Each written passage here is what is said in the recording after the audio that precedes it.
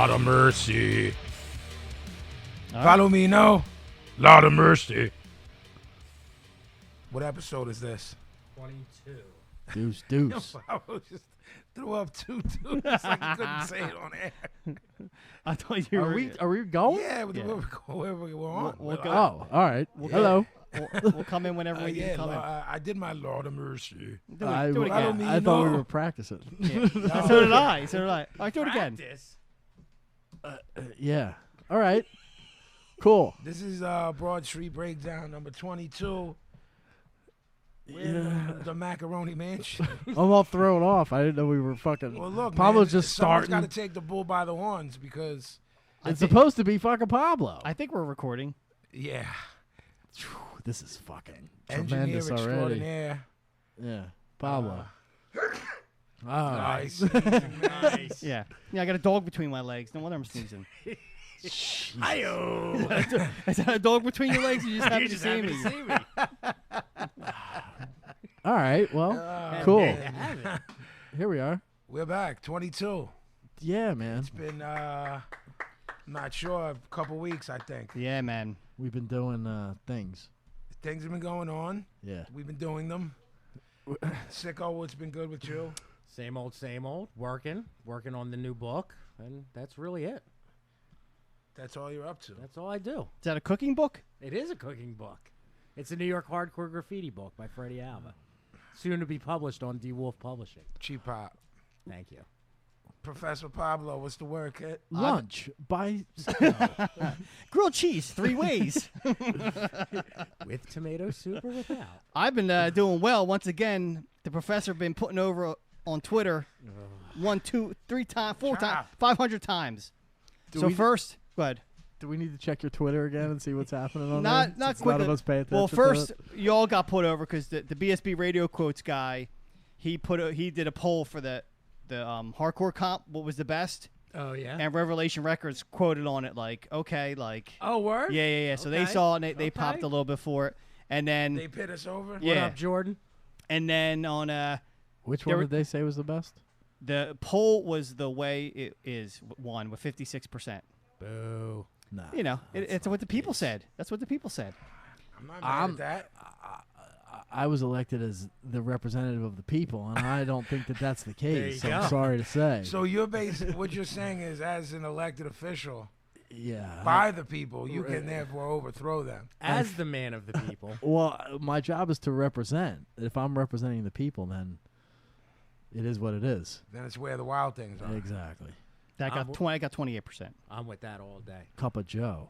And then also, this is Hardcore posted a picture from the Youth of Today set, and of course, me and Sicko were on stage because we're VIPs. And so the Outburst Twitter feed was like, check out this dude with the Outburst shirt, and I was like, yo, I'm a big fan. And they were like, this is you? And I'm like, yeah. And they're like, yo, much love. So Nice. Outburst was showing us some love too. Indeed, So that was dope. indeed. Oh, Outburst, one of the best, hardest bands ever. Outburst also appears in Freddie Alva's New York hardcore graffiti book. The Thank Sicko, you. man. Thank It's you. like fucking just cheap hops everywhere. It's fucking unreal, man. I'll have a sound effect for that that I'll punch in. What would it be? Sicko! Yeah. He'll be like, He's plugging some stuff. yeah. Well, it's got to be like a pop sound, like pop, pop, like popcorn or something. I'll do like the popcorn sound in the background. Yeah. Just take one of Foley's cheap hops. Yeah. What's he got? He's got them all day. Yeah. Yeah. If he's in Cleveland, he'll be like, so this is a nice night. Cleveland, Ohio. It's like it's been such a beautiful day here in Cleveland, Ohio. I like that. That's me. That's it. That's it. OG, what's the word, man? We are doing our all-day text fests. You were texting me from the doctor's office, man. I did. I had my consult for the The sleep gimmick? sleep gimmick. And, you know, it was a scene, man. You had to sleep there? No.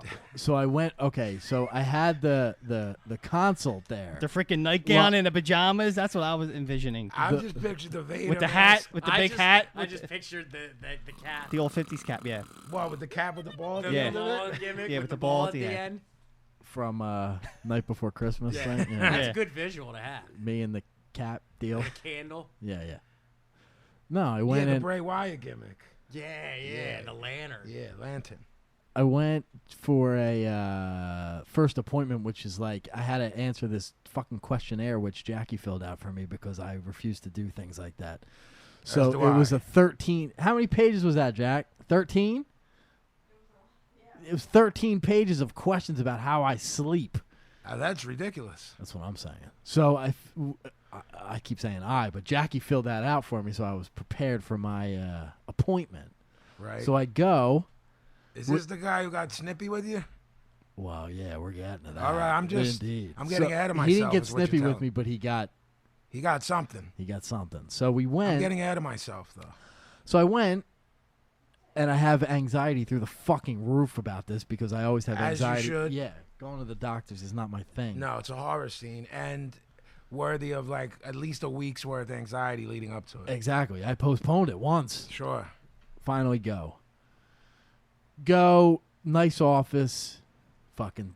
They take me back pretty soon. So the place I went is a teaching hospital. So they always have the fucking jobber who comes in and Hate does the the jobber. shit. Does the shit the doctor don't want to do. He does the job. Right. So now he's asking me some of the questions that were already on the questionnaire, but he's going through some other question things. So, he does the, do you suffer from depression, blah, blah, blah, all the shit that they have to ask every time. Oh, that's a loaded question. I mean, I fucking kayfabe that all Suffer. day. Of course. I'm getting into that with you, jobber. You're fucking 19 years old. Get the fuck out of here. Kayfabe everything at the doctor all the time. Yeah. So really, there's no point in going. No. Right. Because you're lying Right. about what you need to be healed But for. But you got I get you, Jackie, and Kathleen off my back. Right. I went. Right. I just lied about everything. Yeah. So so this guy's blah blah blah on me, blah blah blah. So he says, how many drinks do you have a week? And I was like, none. And he's like, none? I'm like, none. Talk about adult beverages. How about how many drinks you have in a month? None. No. And he gives me the fucking eyeball like, and he starts writing down his gimmick. Yeah, I'm I mean, like- once you start writing it down, He wrote You know- liar on the fucking Right. So then he he wrote says, that you were a problem, man. Then he That's what writes- he wrote. He wrote that He you were. did the lane gimmick. Yeah, he wrote that you were difficult, man. Right. I want to see that paperwork. right. Then he writes, drugs, or he says drugs. No, I don't do nothing, motherfucker. Whatever. Right. And he's Straight like, edge. That's what he says to me. I mean, Scribble, scribble, scribble. I'm like, here we go, motherfucker. Now we're gonna like that. Now we're turning this into, because it's way easier for me to be a jerk off and be confrontational that than needs to be nice. and full of anxiety because I'm at the doctor. Yeah, so yeah. we want to turn that switch. We can turn that switch. Let's do it. I wrote on the Facebook of like, if it's that kind of party, let's have it. Let's go. Where's Have the it. balloons? Right. I like that. So Delicious. I had a gimmick hanging from the. It was making me insane. So then the real doctor comes in and she blah blah blahs for 2 minutes, and I say, listen, here's the story. I'm not doing this test here. Right. This is making me insane. You think I'm gonna come here and fucking sleep? You're out of your mind. Like, Of it's not course. happening. It's not happening. She says, I'll write you a note, send you the deal at home, gimmick, goodbye, send it back, get the machine. Darth Vader. Exactly. So now I'm waiting for the fucking deal. How is it getting here? By mail? Apparently. So there's 7 gonna to be 10 business days. So there's going to be a box with the Vader gimmick? And No, there's going to be a box with the test. I got to take the test first before I can get the gimmick What is the test? to see if I need the gimmick. But how do you test? She claims that there's instructions that are easy to follow inside the box. So my guess is I might have to call in. Jackie will be doing it, and then we may have to call Kathleen in as well. But And maybe what I'm you. asking is Heads are just going to have to help me with this test. But what is it? What does it? It monitors your breathing habits throughout while you're sleeping. Is it a machine? I guess. I don't know. It's something that will Like it's something coming here like the Yeah. size of a Coffee mug or the size of a couch? It's up in Could the be- air. could be either could way. be one, could be the other. It's up in the air. Well, that seems egregious. Well, it's either that or fucking go there and try and sleep. And you know how well that goes. I mean, I can't. I'm not going anywhere. This is what I'm saying. Well, They ain't got the network there. What am I supposed to fucking do? that's what I'm saying. They don't have anything there. I mean, I want to pit on some fucking pitcast and fucking listen to that all night and sleep for I mean, not you're at gonna- all, you're and gonna- then be like the whole thing was fucked and I wasted a night. You're gonna watch The Voice, and then They don't have Judge Judy on at this place. no, and if they don't, then you shouldn't have to take the test. They don't have 57 saved on the fucking gimmick. That's like right, I they do. don't. People are real. The Can't cases fast are forward real. through the commercials The on Judy. rulings are There, Like I'm sitting here This watching is regular her cable, like a fucking like a jabron. That's hearsay. right. Was that your Judge Judy? That's my Judge man? Judy. It was pretty good. It was all right. I mean, she didn't guess. call Bird in. But That's the best part. yeah, I mean, when he has to go chin check, you know, a JoJo guy that's With his that's big there. turquoise ring, he'll fucking punch. Some I mean, that motherfucker's ring lights is. out. I know why he has it. I don't know if the average layperson does. Didn't somebody from his youth group give it to him or something? I'm not actually sure. That's what I had heard. No, too, I that- thed it was like the word on the street is. on Bird. You got the drop on Bird. because I'm fascinated. I thought it was like, yo, when someone sets this off, clobbering time. Jordy's leaving. Bye, Jordy. Bye, Jordy. Bye, Jordy. Yeah, I thought it was, you know, for some fool that acts, you know, Turquoise was the ring he chose, not a big skull ring. Or, right, turquoise gimmick. He's got class. He's class act. I mean, it's Bird. It's Bird. Yeah. Keep in order. Bird is the word. Yeah. So, well, you're not gonna tap out apparently. I mean, Not they yet. keep telling me no. Not till so like episode 50 at least. they keep telling me no. Every time I go, they keep telling me no. I'm convinced of things, and they tell me that I'm fucking crazy. So, will I end up in the bin? Maybe. The Looney- Looney Bees in? Yeah, I mean, you know, Well, it's only look, a matter of time. You know what I mean? look, man. I mean, I've seen various representations of the Looney Bin. Some look like A could vacation. be okay. If you throw me, like 300 plus channels on and a DVR, And somebody that can cook. could be I might stay. Now, if I'm with we could do Nurse the- Ratchet, you know, then maybe I'm not too enthused about that. We could do the pidcast from the bin. I would think so. We're doing As it long from as here. Yeah, We're already doing it from a Looney. We'll have crazy. from a mental asylum. We'll have Crazy didn't Joe wanna say fucking it. sit in with us. Yeah, Crazy Joe, my roommate. Crazy Joe Davola. Yeah, exactly. I've kiboshed before, and I will kibosh again. Exactly. Well, yeah. Well, I guess. So what's the final outcome? You got to wait for this test deal before you do anything? Today is day. What is it? Thursday, Monday, Tuesday, Wednesday, Thursday. Today is day 6 of my 10-day wait. So Business my days. my Business guess days. is that it's here by. Monday. I believe it will be here Saturday. That's not a business deal. It doesn't matter. That's not how. That's all a It's sham. It's a work. It's a work. Could be Saturday. I'm, Nobody will be here. I'm saying Awesome. on air, you get Saturday. All right. We taking bets? I'm not. Co, you're not in? Monday. Not in. Monday. Pablo's Monday. If I were a betting man, I'd go with the Pablo though. I'd say Monday. Saturday just doesn't feel right. Hard. Saturday. I think my bet is I'm gonna have to call them and tell them that I haven't gotten it yet. Oh, audible. Listen. And You're you not ain't scared. You're not scared at all. Nope. He's not. Yeah, well, the reason we've been gone for a couple of weeks now. Why were we gone the week after our last episode? Because we were tired, man. I don't honestly know. I know last week was This Is Hardcore. I think equipment. Yeah, it was equipment. Yeah, and yeah, you yeah. had shit to do, I think, right? I may have, but no, I think we were sort of improvising with equipment wise, Right. and we wanted to get our shit together. We call it a moratorium until we got the real deal equipment that we got now. I hate this new seating arrangement, by the way. How Why? would You you don't like rather- hanging out with the blow? I do. I love the blow, but I can see all his secret notes, and it's a doorway into his fucking Into his insanity. twisted mind. Yeah, just look away, man. I looked over Yeah. and then pointed to you, and you were like, "I hate it." See, I like that one because it's No, all technical. that one, the one I have a clear view of right now, I'm all about it. It looks. You don't even see my one document called random, and there's just random stuff. Like, I don't even know what it means. I mean, that There's one line that just says 3 inches off the hip. I don't even know why I wrote that. That's an album title. Sicko, write that down. That was my.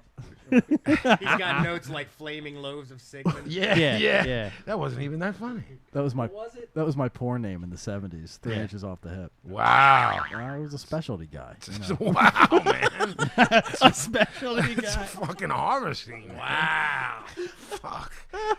Jesus, man. That was a bone crusher right Listen, there, man. listen. Hey, old That's what they called me in boing. the '80s. That's what, When I got a new gimmick, they called me that in the '80s. Bone crusher. Good God. Before I found legitimate work. So it was equipment, and then I guess last week we might have been almost ready, but then this is hardcore, which Right. we talked about last episode. So we all, We did the Thursday night gimmick. yeah. So Thursday night was when we record. We linked up for dinner. Then we headed over. First night was a union transfer. Yeah. Can we think Maximum Penalty played? What up to Busky and Jimmy Williams? Burn. Youth of Today. Can anyone else remember who was that night? Not sure. Nobody that I had ever heard of. That's Yeah, the either best, younger the best I bands could or tell dudes ya. that weren't on my radar. Yeah. And there was also for me, I saw a lot of people I haven't seen in like some in 25 years. Well, for me, that's always the absolute. Like I would go because of that, regardless of. I mean, they could book 4 days of bands I've never heard a note from, and I would still go because of the people that you get to see that you don't have a chance to. Yeah, I mean when Pablo and I went a few years back, we just kicked it with Vogel, you know. Right. So it's like there were bands I loved, but it was my memories of that night are way more about us kicking it. You know what I mean? Yeah. I think in terms of this weekend, it's pretty similar for me. I mean, but then did you go on Friday? No, Because I went to the fights at the old ECW arena. Friday was very metal night. Yeah. I mean, I looked at that lineup originally. That was originally the day that Nails was going to play, correct? I believe so. Yeah, so I would have gone to see Nails after the fights, but when they dropped out, it wasn't. I'm not hating on any of those bands. I'm just not familiar. You know what I mean? And I knew we were all going Saturday. Yeah. And Killing Time's one of my favorite bands ever. Gavin put over The Trouble, so I really wanted to see them. And since seeing them and seeing them destroy, I'm a fan, and I bought their records, and you know. Of what I saw of the entire weekend, The Trouble was the best set, hands down. I mean, if you want to, for me, I'll tell you why. If you want to talk about who was the tightest, The Trouble was to me.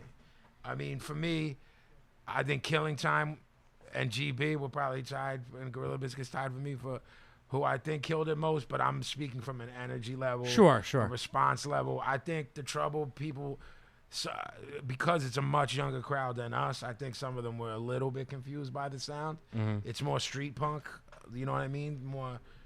Am I off there by No. saying that? A little like proper skinhead punk. Like some of it just seemed like, I don't know, man. Like at every scene, there's sort of this like, I need to hear this sound, or I'm not going to respond. Again, that's not just hardcore. I'm talking about hip hop, anything. There's like, this is what I'm here for, and you throw them a curveball, and they can't hit the curve.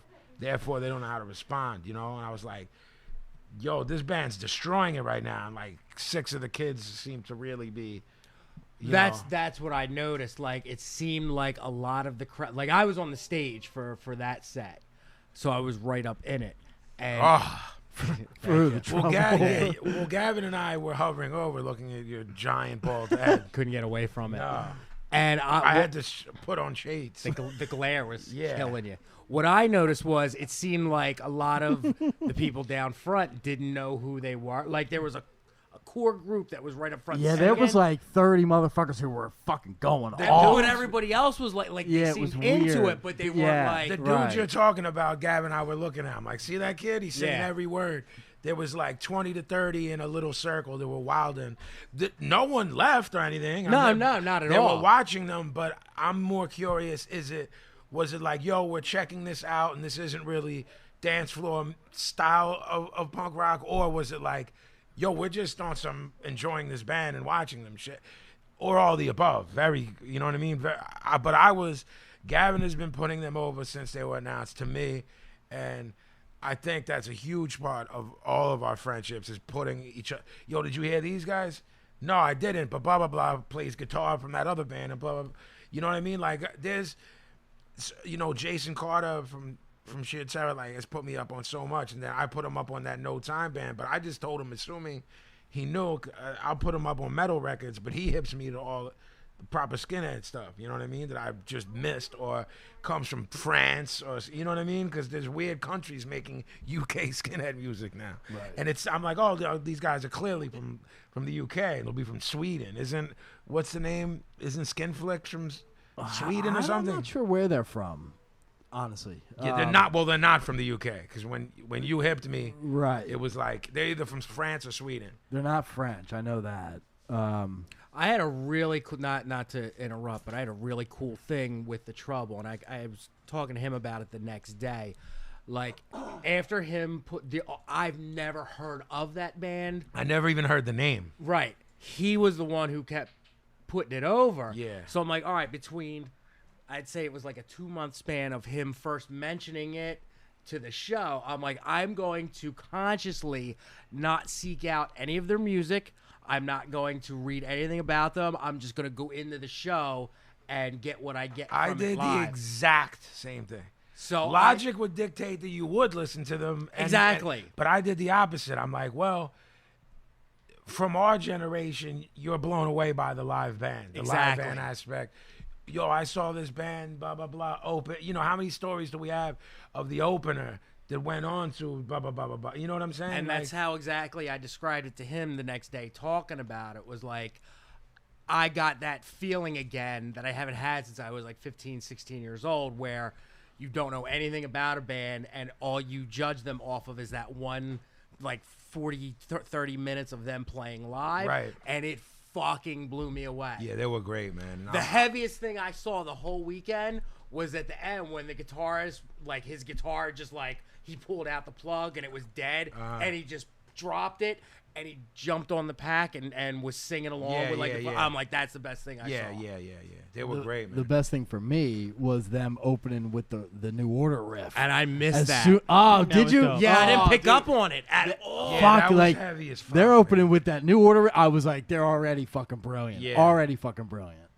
Loved it. Marked for that hard. No, I mean, because I gave you a look and you were like, oh, yeah, that's what's going on. You know what I mean? That was Saturday. Yeah, that was Saturday. So, I you're was like, yeah, New Order. Because I looked at you like, Yeah. are they about to like do a New Order set and like fuck everyone's head up? which I would not have been no, mad at no, that no, at no. all. Neither, that was I was really, really impressed with Killing Time, who is a band I've seen more times than I can count, and that's one of the best sets I've ever seen them perform. I agree. anywhere. Well, now I haven't seen them since. What year was that we went and saw them at 91? that's the last time I saw that's the them. last time I saw him too. Yeah. So that was the thing about like, I know Gorilla Biscuits has played the Black and Blue Bowl, I believe. And they did This Is Hardcore did like This 2 Is- years before. Right. And I wasn't at any of them, so I had to go back to what my memory card remembered from being 12. You know what I'm saying? Because it was City Gardens, Judge, Gorilla Biscuits, Sick of It All, and That's mean, the only time I saw them. yes, before the and other so night. I've seen after this week, I've seen them twice, and Yeah, they've me been too. a band Yep. for what 30 years, right? Yeah. So I mean, yeah, I thought they killed. I only saw them that one time, and I honestly don't remember much of it. seeing them at City Gardens. Well, I remember mean, how good Judge was. That's the only thing I really remember from that night. my memories are more based on remembering that I was happy about it than remembering the show. If that Right. makes any sense at all. That's exactly I remember. how I have the remember memories. being like, that was great. I mean, but there's a lot of shows that we reference from that era when we were going. I don't necessarily like if I think of like AF and Sick of It All, a revival, and the Razor Blades coming out. And, The Gorilla Biscuits played that too, though, didn't they? no. Because I only saw them once, and I was I'm at almost positive it was all three. Wasn't Gorilla If they Biscuits. played, they opened, and I missed it. that. Because I'm 100% sure because I know I only saw them that one time at City Gardens. I'm almost positive. yeah, I'm that with they, you. They were on that. Unless I mean, unless I didn't see them for some reason because I was absolutely at that show. I mean, and I have no memory of them playing, and I have very little memories of the show itself other than the stabby stab. right. But yeah, I just because I have selective memory, but not when it comes to. I remember who took me there that night. I remember the weather. I remember everything about it. I didn't see Gorilla Biscuits that day because again, like you said, I know I've only seen them twice after this. yeah, I this mean, past maybe they week. did play, but I'm not. I mean, I could just as easily be confusing it with another revival show. And I have seen Gorilla Biscuits many, many times, so I could be doing that thing where shows like run together in your memory and you think it's like it was all one show, but it was actually like 2 or 3 different ones. Right. That happens to me a lot. Well, right. Pablo- from that time period, it's hard to Yeah. fucking. Pick individual Right, shows right. out. Yeah. That's what Pablo I mean. is currently has 2 of our cameras broken. And this is the man running the podcast. We don't even so- know if this is actually I'm- being recorded. My guess is that it's not, or if there is, you're not on mic, I'm not on mic. right. It's Something's wrong. We OG, don't know. You better You- put those headphones on and see what's happening. I'm gonna. Yous might never. This might be the lost episode. Yeah, you might not they even might ever have to be hear this. salvaged. Are you hearing us in there? Oh yeah. Are we in there? Sounds good. Does it? Yeah. Does it? Do I It's sound like the a hunk? Yeah. the extension cords. I'm short 2 extension cords, so we're running on battery for those cameras. Battery. I mean, I look over at the camera and it's pitch black. It's black. Is this how it's gonna sound when it comes out? I don't know. All right then, because it sounds fucking all right. I mean, well, I'll wake up to a text tomorrow and Pablo's going to shoot. He'll be like, yo, this is what we did right. This is what we did wrong. Right, P? Let's hope so. And then, Well, I'll try to. So what? Unless Yeah. your phone breaks, you're going to Yeah, text me. right, and then I'm In going to either try words, to fix whatever, post in the computer, try to see what levels I can adjust. The levels levels is good.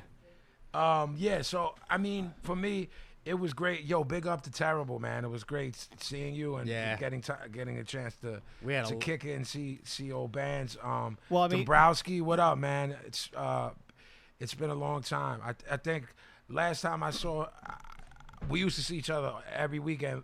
He my niece asked me to take her to get a nose pierced like 10 years ago, so I took her to John.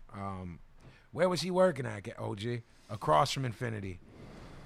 When he was on South Street, Yeah. it was. it was Infinity, wasn't it? yeah, it wasn't. Then he worked. No, what's the OG spot? It's on 4th. It's been there 5,000 years.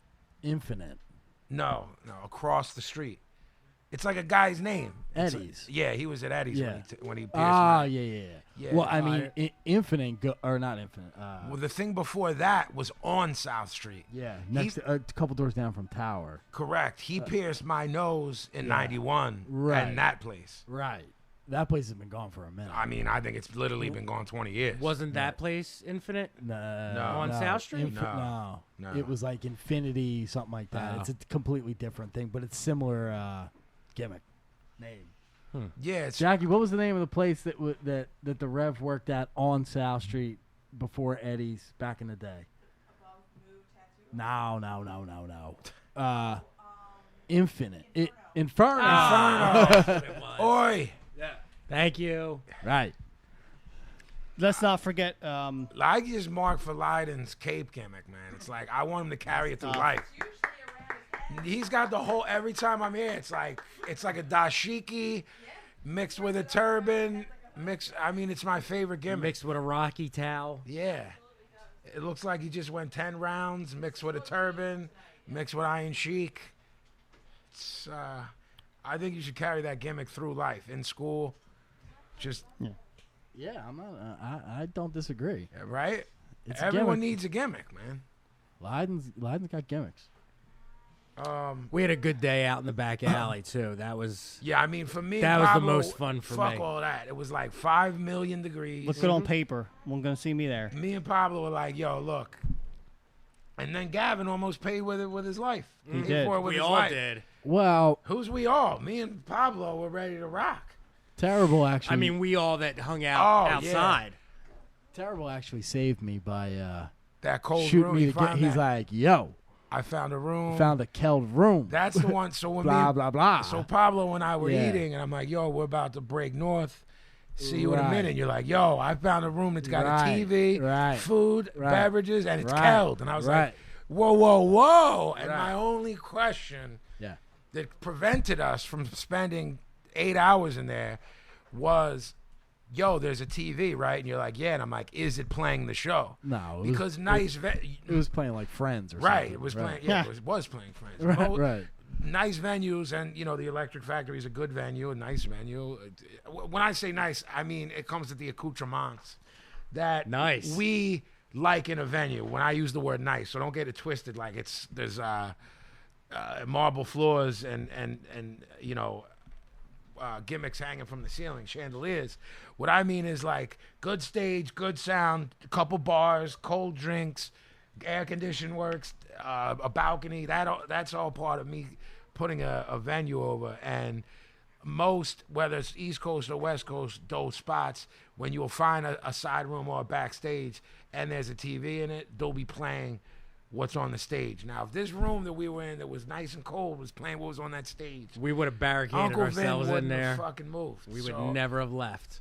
with that said, that was the only glitch in the matrix of that day. You know what I mean, for me. The room that we like me and Gavin sat in the year before, where they have the pool table and they have the couches, that TV shows what's going on in the stage.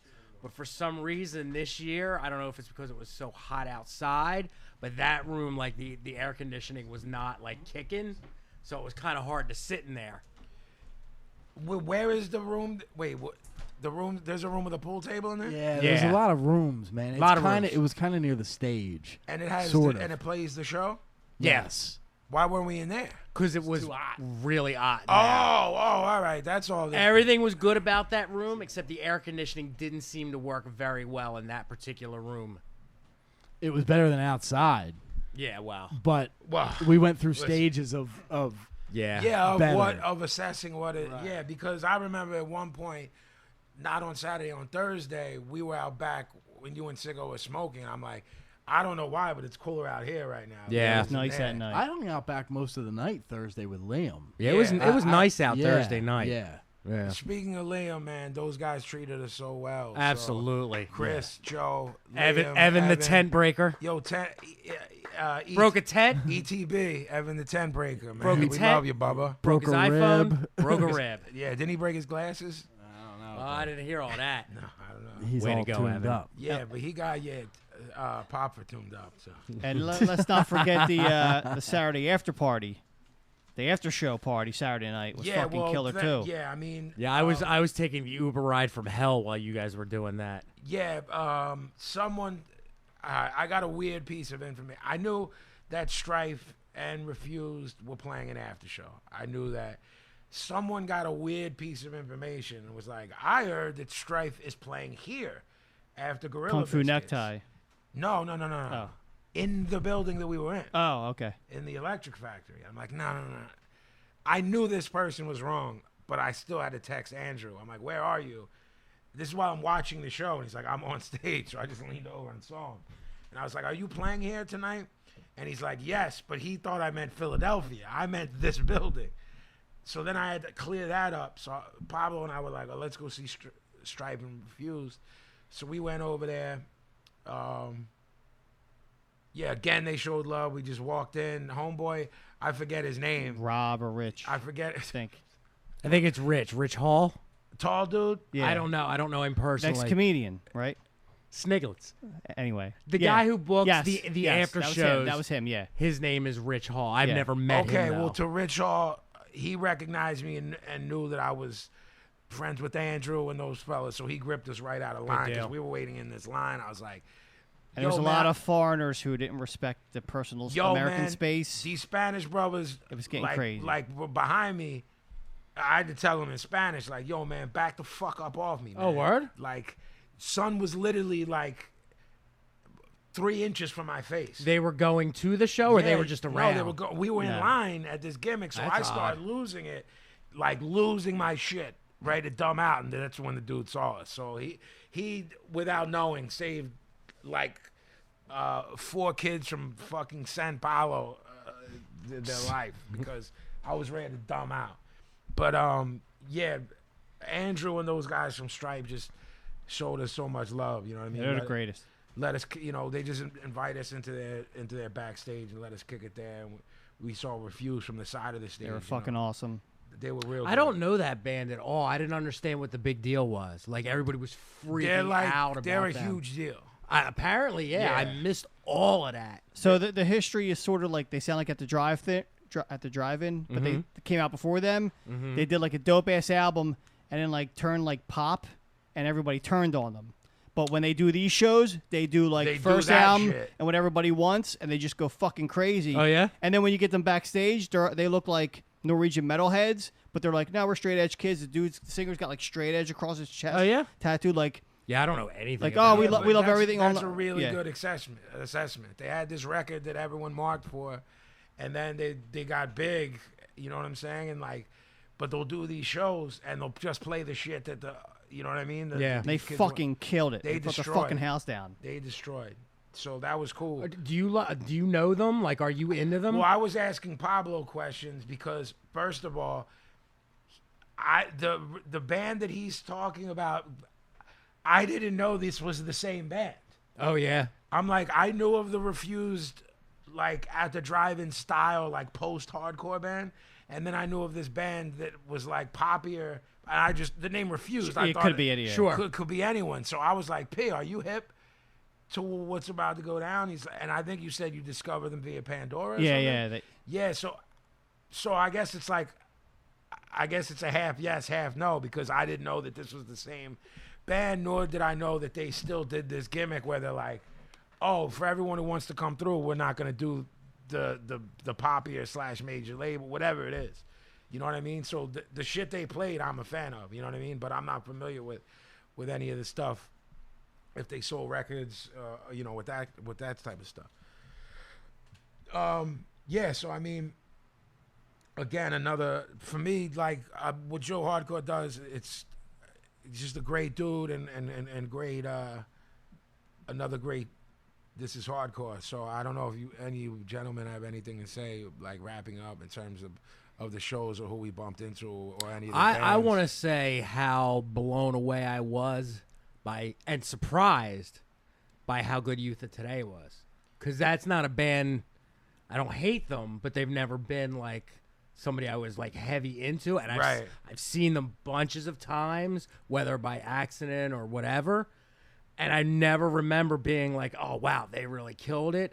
And when we sat up there like Thursday night, watched them, Yeah. like, I'm like, I mean, I know maybe 2 Youth of Today songs.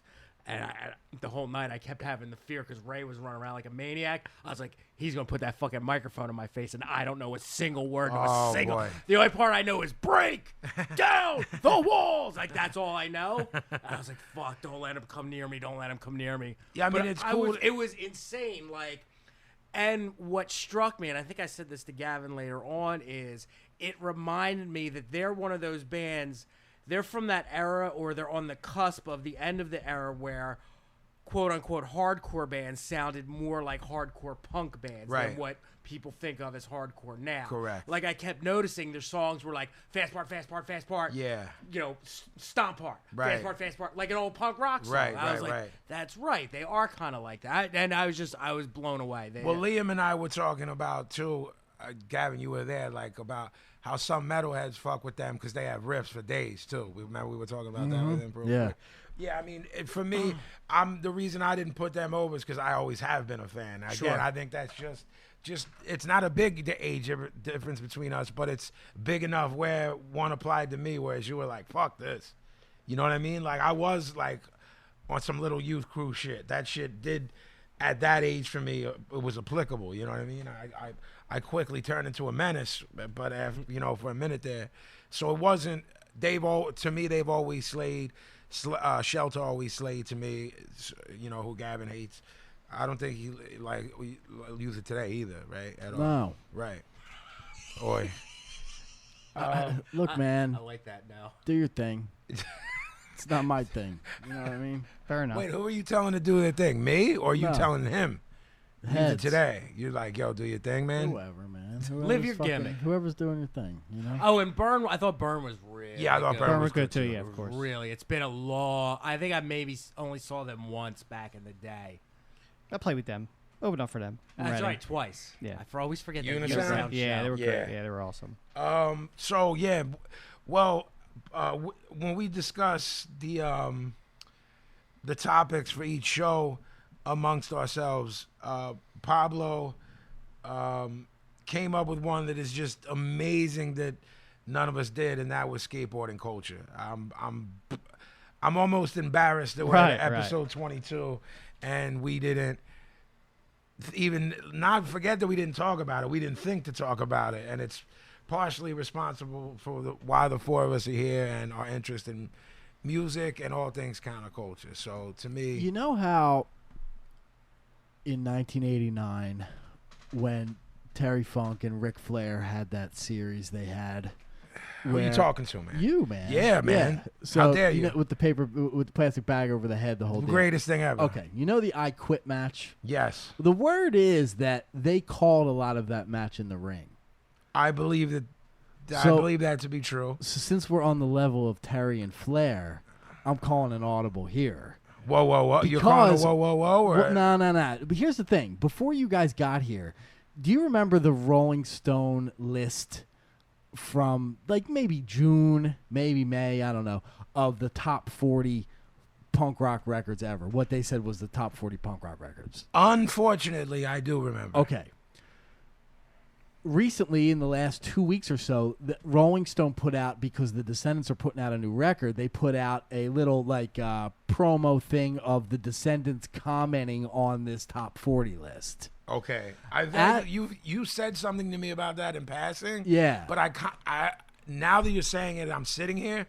I understand. I didn't understand via text Right. what you meant. So there's a video. There's a video that's like 3 minutes long of the Descendants Sitting there? Yeah, sitting together, commenting on this top 40 thing. It looks like a piece, a 2-minute clip of a larger video that they did, larger interview. Yeah, I don't think I saw the video. Well, I know the list you're talking about. The Descendants dropped the ball on this commentary. So what we're gonna do is, I had Leiden print us out Rolling Stone's top 40, and that's what everybody has here. Okay. And we're gonna do our own little commentary on their top 40, because the Descendants, while they had the opportunity, completely dropped the All ball. right. I wanted to a little bit. Just I don't want to get off track with what you're saying because Yes. it's brilliant. But so they totally dropped the ball. No, Like, but they were like, they did the easy way. Like, they were throwing out things that they thought should have been in there and whatever. But so nobody was like, "What the fuck is Nah. this hunk of shit?" Like, not see, that's really. what I wanted. It was to do. more like, yo, where's the Saccharin Trust record? Where's the fucking, like, all the SST stuff they were associated back in the day, in the day, which is all well and good. Yeah. But I think that the four of us can do a way better job. Well, the other thing is like, there's the SST. There was a lot of SST records that I hated. So it's Oh shit! right, and I think history in general, and I'm guilty of this, maybe more so than most people. I think history is kind to bands and albums because of its association with Of course. where you were, and you know, you and I have talked about over text. I'm sorry, I didn't mean to cut you off. Like when when we're talking really late at night, I'm like, I'm listening to blah blah blah now, man. This ain't as good as I remember it, and you're like, of course it's not, but we were Right. You were fucking 12 and I was 16. Well, there's the time and place thing, but then there's always you're going to put your friends over. So the Descendants came up with a lot of those SST guys. So of course they're going to say, yeah. I mean, it's. I mean, Tom whatever's dog, whatever the fuck. What was the name? What was the name of that band? Tom Tricoli's dog or whatever the fuck. That at all. Like some Gin fucking like you know what I mean? Yeah, One I of mean, the, you get into the like shit wacky started getting shit. left field, and I'm like, man, I have a problem with this. And and like of course they knew those dudes, so they're Yeah. gonna put them over, but it don't mean it was fucking good. Well, Just let's- because it was on SST don't make it good. and I wanted to that falls into the category, and I always feel the need to preface when I say this that it happens in other subcultures, so it doesn't look like I'm just shooting on punk rock kids or hardcore kids, because it happens in hip hop, it happens in whatever else subculture. But there is this part of every subculture where someone at some point said blah blah blah is good, and everyone just accepted that their word is bond, and no one ever says, yo, that ain't really that good, man, or this MC ain't really that good. It was a get over by who co-signed him or who put him over. You know what I'm saying? It's like if Terry or Flair put someone over at a certain point, you know, forget now, it's going to but if Dusty was willing to work and put you over, there was this, oh, well, it was bestowed upon him this aura of invincibility. You know what I mean? And there are historically bands and rappers that to me were put over by someone, whether it's a figure in hardcore, punk rock, or hip hop, whether it's a Dr. Dre, whether it's a Rollins, whether it's Ian MacKaye that said, this band is good. And then everyone goes, oh, okay. Yeah. And then no one ever disputes that because it's just become part of the... Well, that's what I think that the major indie labels from that time were definitely guilty of that. If you go through Discord's catalog, you go through Alternative Tentacles catalog, you go through SST, all those fucking catalogs. Touch and Go, Cargo. A lot of it is shit. A lot of it's shit, man. And you know, as a kid, you would get the fucking inserts with the catalog folded up 700 times. And Well, you would I'm be getting like, it well, again. Now I told you I'm rebuying my collection. right. Some of these records, because they're original presses, are coming with them gimmicks, and I'm marking. But then I'm looking at them. I'm like, this has 200 records on it. 174 of them suck. Right. You know what I mean? And it was a common thread for me through all those labels. It was like, fucking, what the fuck is this? Like SST had that. You know, they had that one live Bad Brains record. Yeah, they had Eye Against all Eye. They had all the Black Flag stuff. They had. Didn't they put out one or two, maybe one of the St. Vitus records? Yes. They put out the Minutemen, the Descendants, but then you start looking into that catalog, and it's like man. the October Faction, which like I've never heard. They could be the greatest band in the world, but it's like, what the fuck is this? Right. You know what I mean? It's like you're shaking your head. Is it because you don't care to like them, or you bought the record and it sucked? I didn't buy it, but I remember it from the radio station library, and I remember it being bad. You just weren't happy with it. I can't even recall it now, but I remember being like, oh, this is an SST record. Yeah. Let's play this, Yeah. and being like, that shouldn't sound like how it sounds. Right. Heavy name. All day. Very all heavy. day. Yeah. Do y'all remember Agent Orange? Yes. Yeah. Love that band. Like, now, that's a band who I don't feel got put over enough. Oh, And totally. then there's these other bands who are over because they were on SST or Discord. Or I think they were believe on, Pablo was or is a fan of this band called Branch Manager. Love them. And they were on Discord, and I was like, this is getting a cosign because this fucking this legendary stamp is put on this record. Like, I ain't with this. I mean, Ian started thinking he was putting out art, and that's okay. You know what I mean? But I like don't know. when you Sicko have would know more than me. I don't know. Is he still part of the daily operation of Discord? Oh, yeah. Yes. Well, you said he thought he's. I still think he does. He is. right, Like, I ain't trying to hear it's nothing hard- on Discord in 2016. It's hard If for it's me, not like Fugazi.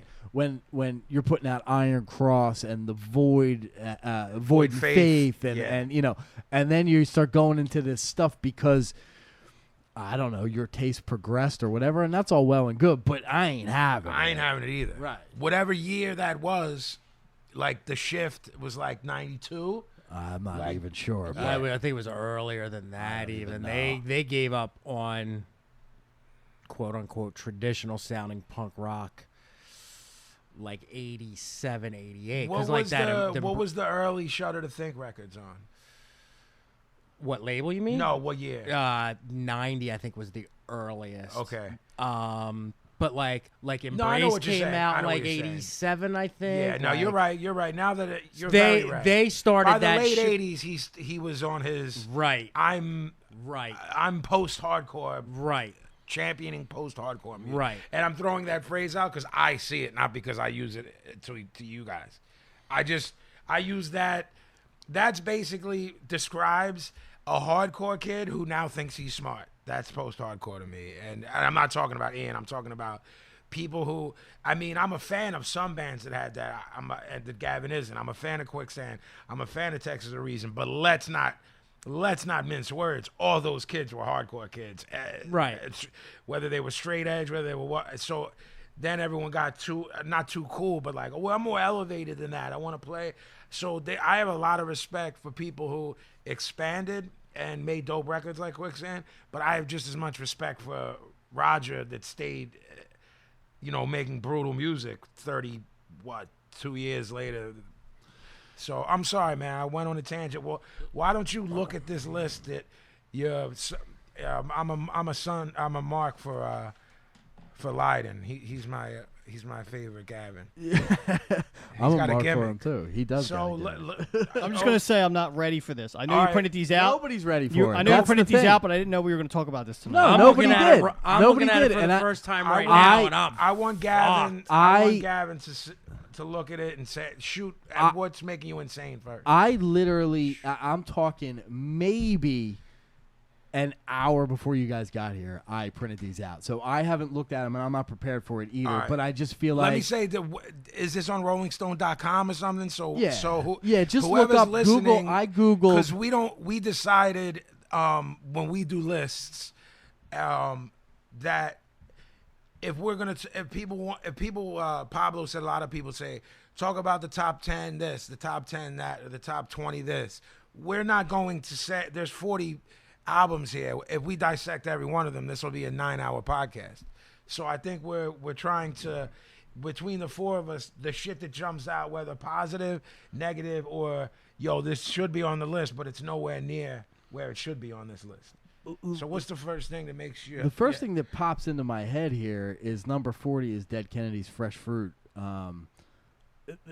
While a brilliant album, A, I don't think it's their best record, and B, agree. it's not number fucking 40. No fucking way. And All right. see, I would add on to that, like I wouldn't consider them a punk rock band. To me, that's hardcore.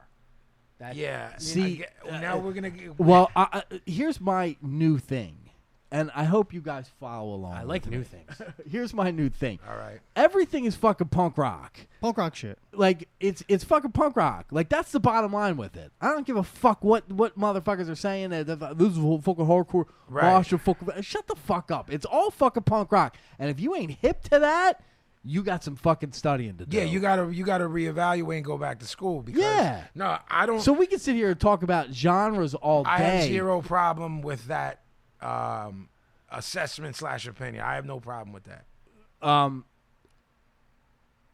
What do you think? Realistically, if you pushed me a week ago and said, "Is Dead Kennedy's a hardcore band?" I'd say, "Yeah, probably." Right. You know what I mean? So I don't disagree with Sicko's saying, but I think just overlooking this list really quickly, I think they took anything that was ever at one time considered punk rock, Right. and chucked it in this 40 thing. So I'm Well, okay with that. Sicko, let me ask you a question. Yes, sir.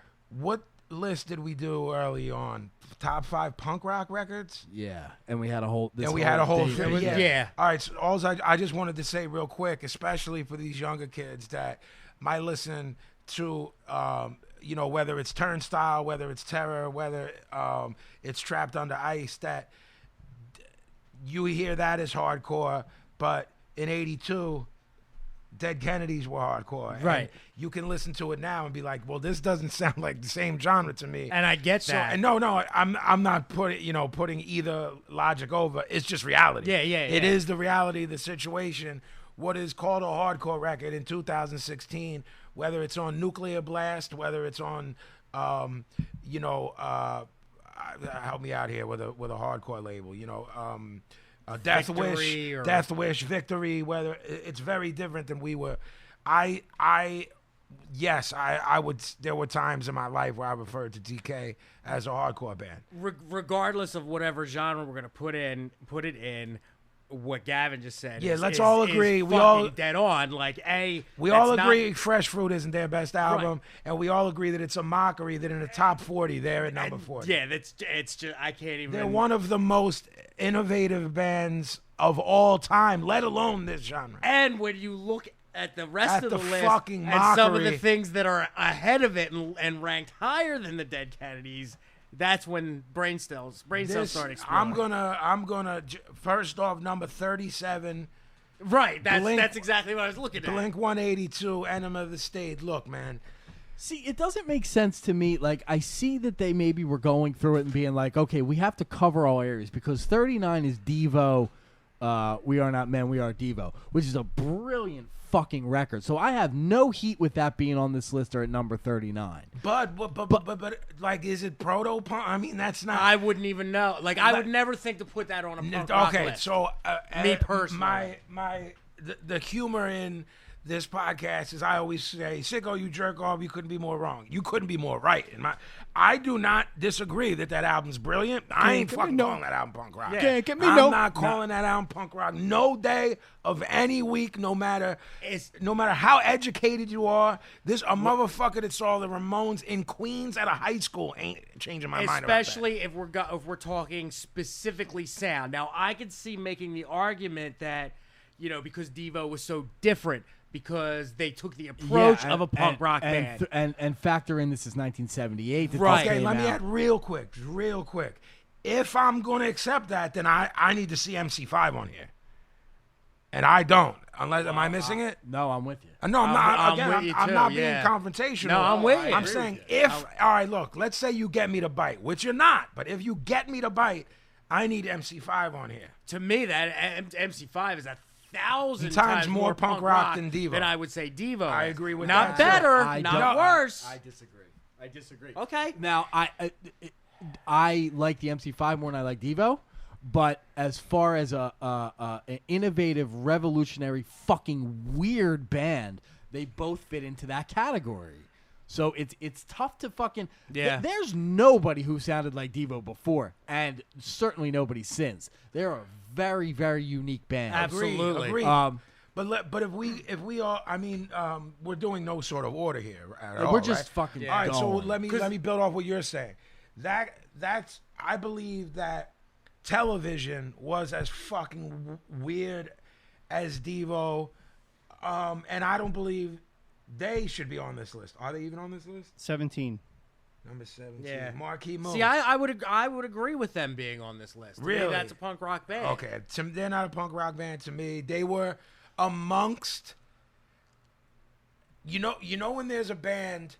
All right, let's say there's a crew of dudes that all hang out, and there's 5 bands that make up this crew, and 4 of them are hard as fuck, and one of them is Black Train Jack, who I happen to be a fan of, but they're very melodic, right? Yes. They're gonna get put into that category of the. Basically, Black Train Jack was a rock and roll band who hung out with / looked like punk rock or And hardcore grew kids, up and grew up in around it. hardcore. That's television to me. They were around CBs. They were around the Ramones. Let me They tell were- you something. What? Don't you get it now? You're so off key and you're so tone deaf. The irony is you were singing. I with can't band. do Rob. I know one can do Rob. He No, has a but great what voice. I'm saying is you're so tone deaf. I won't even know what song. Was that a Black Train Jack That song? was it. I wouldn't even know. No that. idea. I just kept Doesn't reading matter the list, no so- more. Dun, dun, dun. Yeah. I mean, this is a band I know every song, Gavin. I don't know what he's yeah. singing. I don't know. I have no idea what he's singing. You know All what? right. You know what really jumps out on me in this list? The one that I really have a problem with. Does it grind your gears? You know what grinds my gear? fucking, how do you have Joy Division, Unknown Pleasures on a punk rock? Okay. Like that's Here's my argument for that. it's one of the great. It's in my top 5 greatest albums ever Gavin's made. starting to do this thing that I totally understand, but don't follow. And they were batshit. They were punk rock dudes. They lived by the code. They died by the code, quite literally. So that's why they're here. And I'm like, I hear something, and it ain't punk rock. I mean, What's your definition of punk rock? Is what it comes down to. Sound wise. Do you want to do this, man? I don't know. All right. Well, no. First off, I would say. Does it? I Okay. would Here's say the question. that you're more of an expert than me in that department. So I don't know. If we're talking culture and lifestyle, then this list can be blown to bits and restructured, and I ain't mad at it. Like, in other words, when we say Blink 182, right? That has no Right. place in the discussion. Agreed. So Agreed. we're all on that same Yeah. page. I'm not angry at the Joy Division thing. I'm just like, Right. I'm a Mark. I'm a Mark all day. I'm Ian Curtis Mark all day long. I'm a New Order Mark. I'm a fucking. Then are we getting into like, are they punk rock? Then is like the really 70s era Cure records punk rock? Because the records Yes. from the Cure Yep, that are made in 100%. the 70s Yep. are as punk rock Yep. as Unknown Pleasures, and they came before them. And it is. Punk rock shit. Absolutely. That's the bottom line, which you said. Like 17 culturally, Seconds is a hardcore record then. Culturally, Correct? Everybody? The Cure? Sure. 17 Yeah. Seconds is a hardcore record. Drums and bass and Robert Smith. culturally, what did you say? Culturally and whatever. Right. There's I don't more remember what I aspects to said. me than just musically and just a 3-chord, a quote sound. Although that's part of it, that's not the whole thing. And for well, me. here's why I understand it's talking about skinheads and saying, well, Pyramids as much as skinhead culture is an agnostic front record. I'm gonna prove my point here. No, but did that make any sense? What I Of just course, said? of course. If we're talking skinhead biz, and I say, well, Desmond Decker is skinhead biz, and so is Paulie from Sheer Terror, and Jason Right. is skinhead biz. Someone wouldn't be able to wrap their head around that if you played Just Can't Hate Enough and a Desmond and then the Israelites from Desmond Decker. You're not gonna know. So I think what you're about to say when I shut the fuck up and allow you to say it is expand on why things can be considered punk rock, not just sonically. It's culturally and lifestyle. I'm gonna chuck out 2 things to you right now. Chuck. 2 of the greatest, in my opinion, punk rock records ever made. Okay. Straight Outta Compton, Whoa. Rain and Blood. I don't have a problem with that, but So that's why- sonically, of course, now we're opening up now we're opening Pandora's box. That's though. how my head works, though. I understand that. You know what I mean? But are we going to continue this discussion thinking like we think and coming from where we Of course. It's All fun. right. We roll the nickels. That All was right. fucking from All day right. one. I was just putting the question out there because if you're talking about us and how we came up, then I'm going full blast that It Takes a Nation of Millions is a punk rock record. Fucking all day long. all day. And Okay, so if and okay, I think okay. we've all agreed countless times that Rain and Blood is a punk rock record. And the other night, just him and I were talking. Sicko, I know you not fell off. That's a rude way of putting it. Stopped caring a while ago about any sorts of metal. And I was telling Gavin, I'm like, yo, man, like the last 4 Slayer records that you would consider new, you know what I mean? Like new or newer. If you take out the leads, you know what I mean, which are reckless anyway. They're not metal leads, it's just noise. I'm like, they're still making punk rock records. They're 2.5-minute songs, fast as fuck, some breakdowns, because Heenan had DK stickers on his guitar. So then what is everyone, Pablo, are you agreeing with this philosophy that we're saying here, that it's like a thought process? No. Okay. So I disagree. Like, that means there's no hip hop. So I'm saying Compton's a hip hop record. Did they have First of all, punk wait, rock? wait. Time out. 1 second before I forget. there is only Sgt. hip-hop Pepper, is- punk rock album. I don't agree with that. So to you, it's I just like a that. sound. There genres are like when I go to iTunes, there's like Nah, 50 dude, genres. punk rock's For you, big- that means there's one. You open up your iTunes, is there one Punk genre? rock is way bigger than that, man. It's a way bigger thing. Like hip hop became what it was I because understand of punk both rock. of this completely. Yeah, well, what I was going to say is I absolutely agree with Gavin, but if the list says top 40 punk rock records, I'm assuming it's going by sound. All right, let me tell you So why. for the purpose of this list. Let me tell you why I think you think that way, and then you tell me don't say that you're talking for me. That's because when we say NWA is a punk rock record, that's us talking, and this list isn't us talking. Right, This that's list exactly is what for I'm a going kid by. that might listen to us on our podcast. We hear from them not weekly, not monthly, daily. Yo, I'm younger than you guys. I'm 23. I just got hip to metal, or I got hip to metal 3 years ago, but now I'm getting into what you guys talk about. So, Gavin, what do you think about that in terms of this list? This can fuck a kid up. No, we because most of these 40 records, You think that this could lead you say- down the right path? Yeah, you could say 30 of them are good records, whether you agree they should be on the list or not. So I'm All right, okay with it. I'm just. The bottom there's line is- honestly a couple. When I say a couple, I literally mean a couple because I like to consider myself on point. As you know what I mean? Right. With not being braggadocious, but on. There's like 2 or 3 things here I never heard of. I don't know If about we're you. saying agree, the I bottom agree line with is, that. if we're saying Nation of Millions is a fucking brilliant punk rock record, then so is Devo. We Are Not Men. But why is the Nation of Millions on this list then? Because some fucking guy at Rolling Stone made it. So he's a fucking JoJo. Of course. So Or he she. needs- So they need to follow us, and not Rolling Stone. And, Here's- and here- I had then a- the I- circle comes around. All right, but I had Here's this another. point. No, I'm sorry. There's just one thing I really want to point out that's really driving me nuts about this list. It's grinding your gears. That's really grinding my It's gears. really grinds my gears. It's the where is it? All right, like if you're going to do a definitive list of the top 40 of whatever, the first rule of thumb is greatest hits albums are for housewives and little girls. Little girls. So this has like I I'm looked looking at one from as soon as I was handed this that I saw, and it's by one of the best bands of all time. Well, I'm looking at, just to start off with, at number 35, they got Fugazi, right? Which I don't think should be on this list. Okay. Because Fugazi is a pop group. There's nothing, I mean, timeout. Sound-wise. Pop?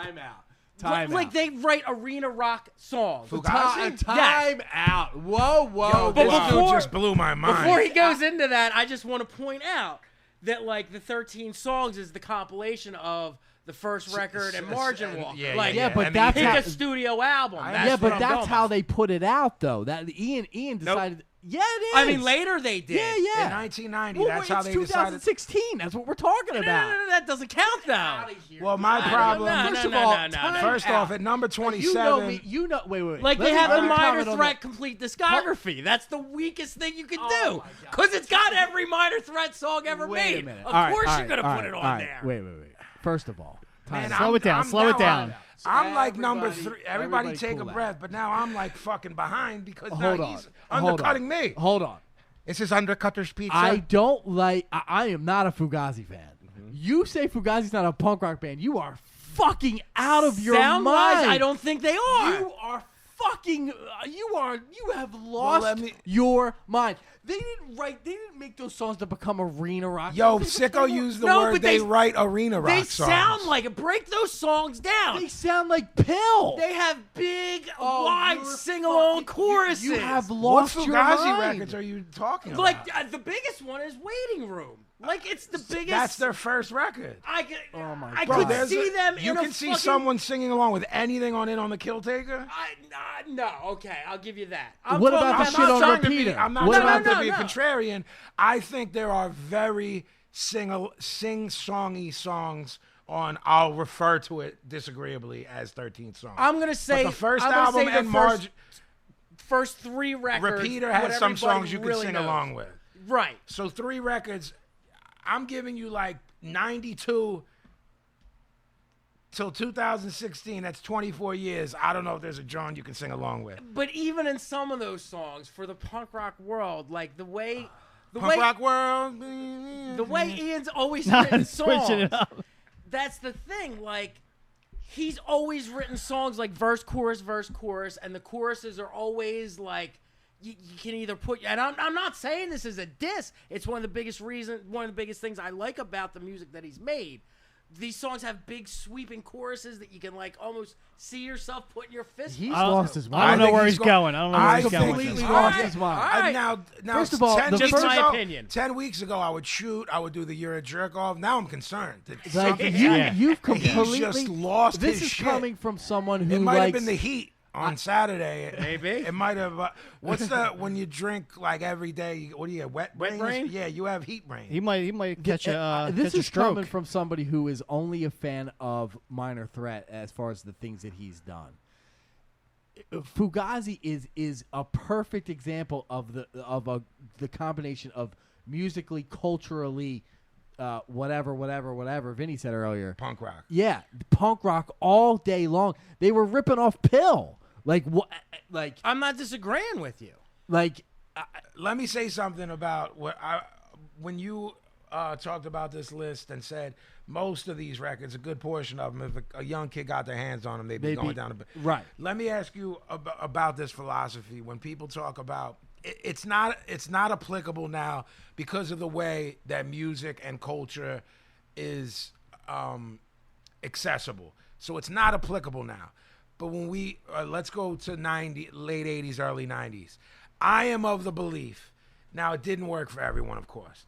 I am of the belief that for a lot of people that they only heard MC Hammer and Vanilla Ice, right? Bought those records and then got open and were like, I'm going back to that section of the record store, and ended up buying EPMD, Sure. NWA, and PE because of that. So it's not always a bad thing, except when we're talking about Blink-182, we're not talking about Blink-182 doing that record in 85. That's the difference. There was no shit pop punk like Blink-182 in 85 that was manufactured by a major, because majors weren't touching it. Were there even any major? Were there any real punk rock bands? Well, the Ramones, they were on Sire. The Pistols. Yeah, I mean, Pistols. I'm saying It was a different. yeah. After that What- initial. what Yeah. but see wave, what I then was it got getting at weird. is I wasn't talking about the initial wave, because Right. that was 77. Yeah, that was a I'm weird saying deal. I mean, you think of all the records we're referencing in 84, 85. Who was coming out? I mean, the Smith, are the Smiths punk rock? Should this be on here? Ooh, that's a good one. I mean, the Smiths embodied a punk rock aesthetic. Yeah. They didn't that's do anything. That's why I asked. I'm Like with. they I'm were with. because us. I'm because okay with that. they yeah. didn't I let mean, they didn't I'm let not A&Rs dictate what they wrote. Johnny Yeah. Marr wrote everything. Marcy wrote all the words.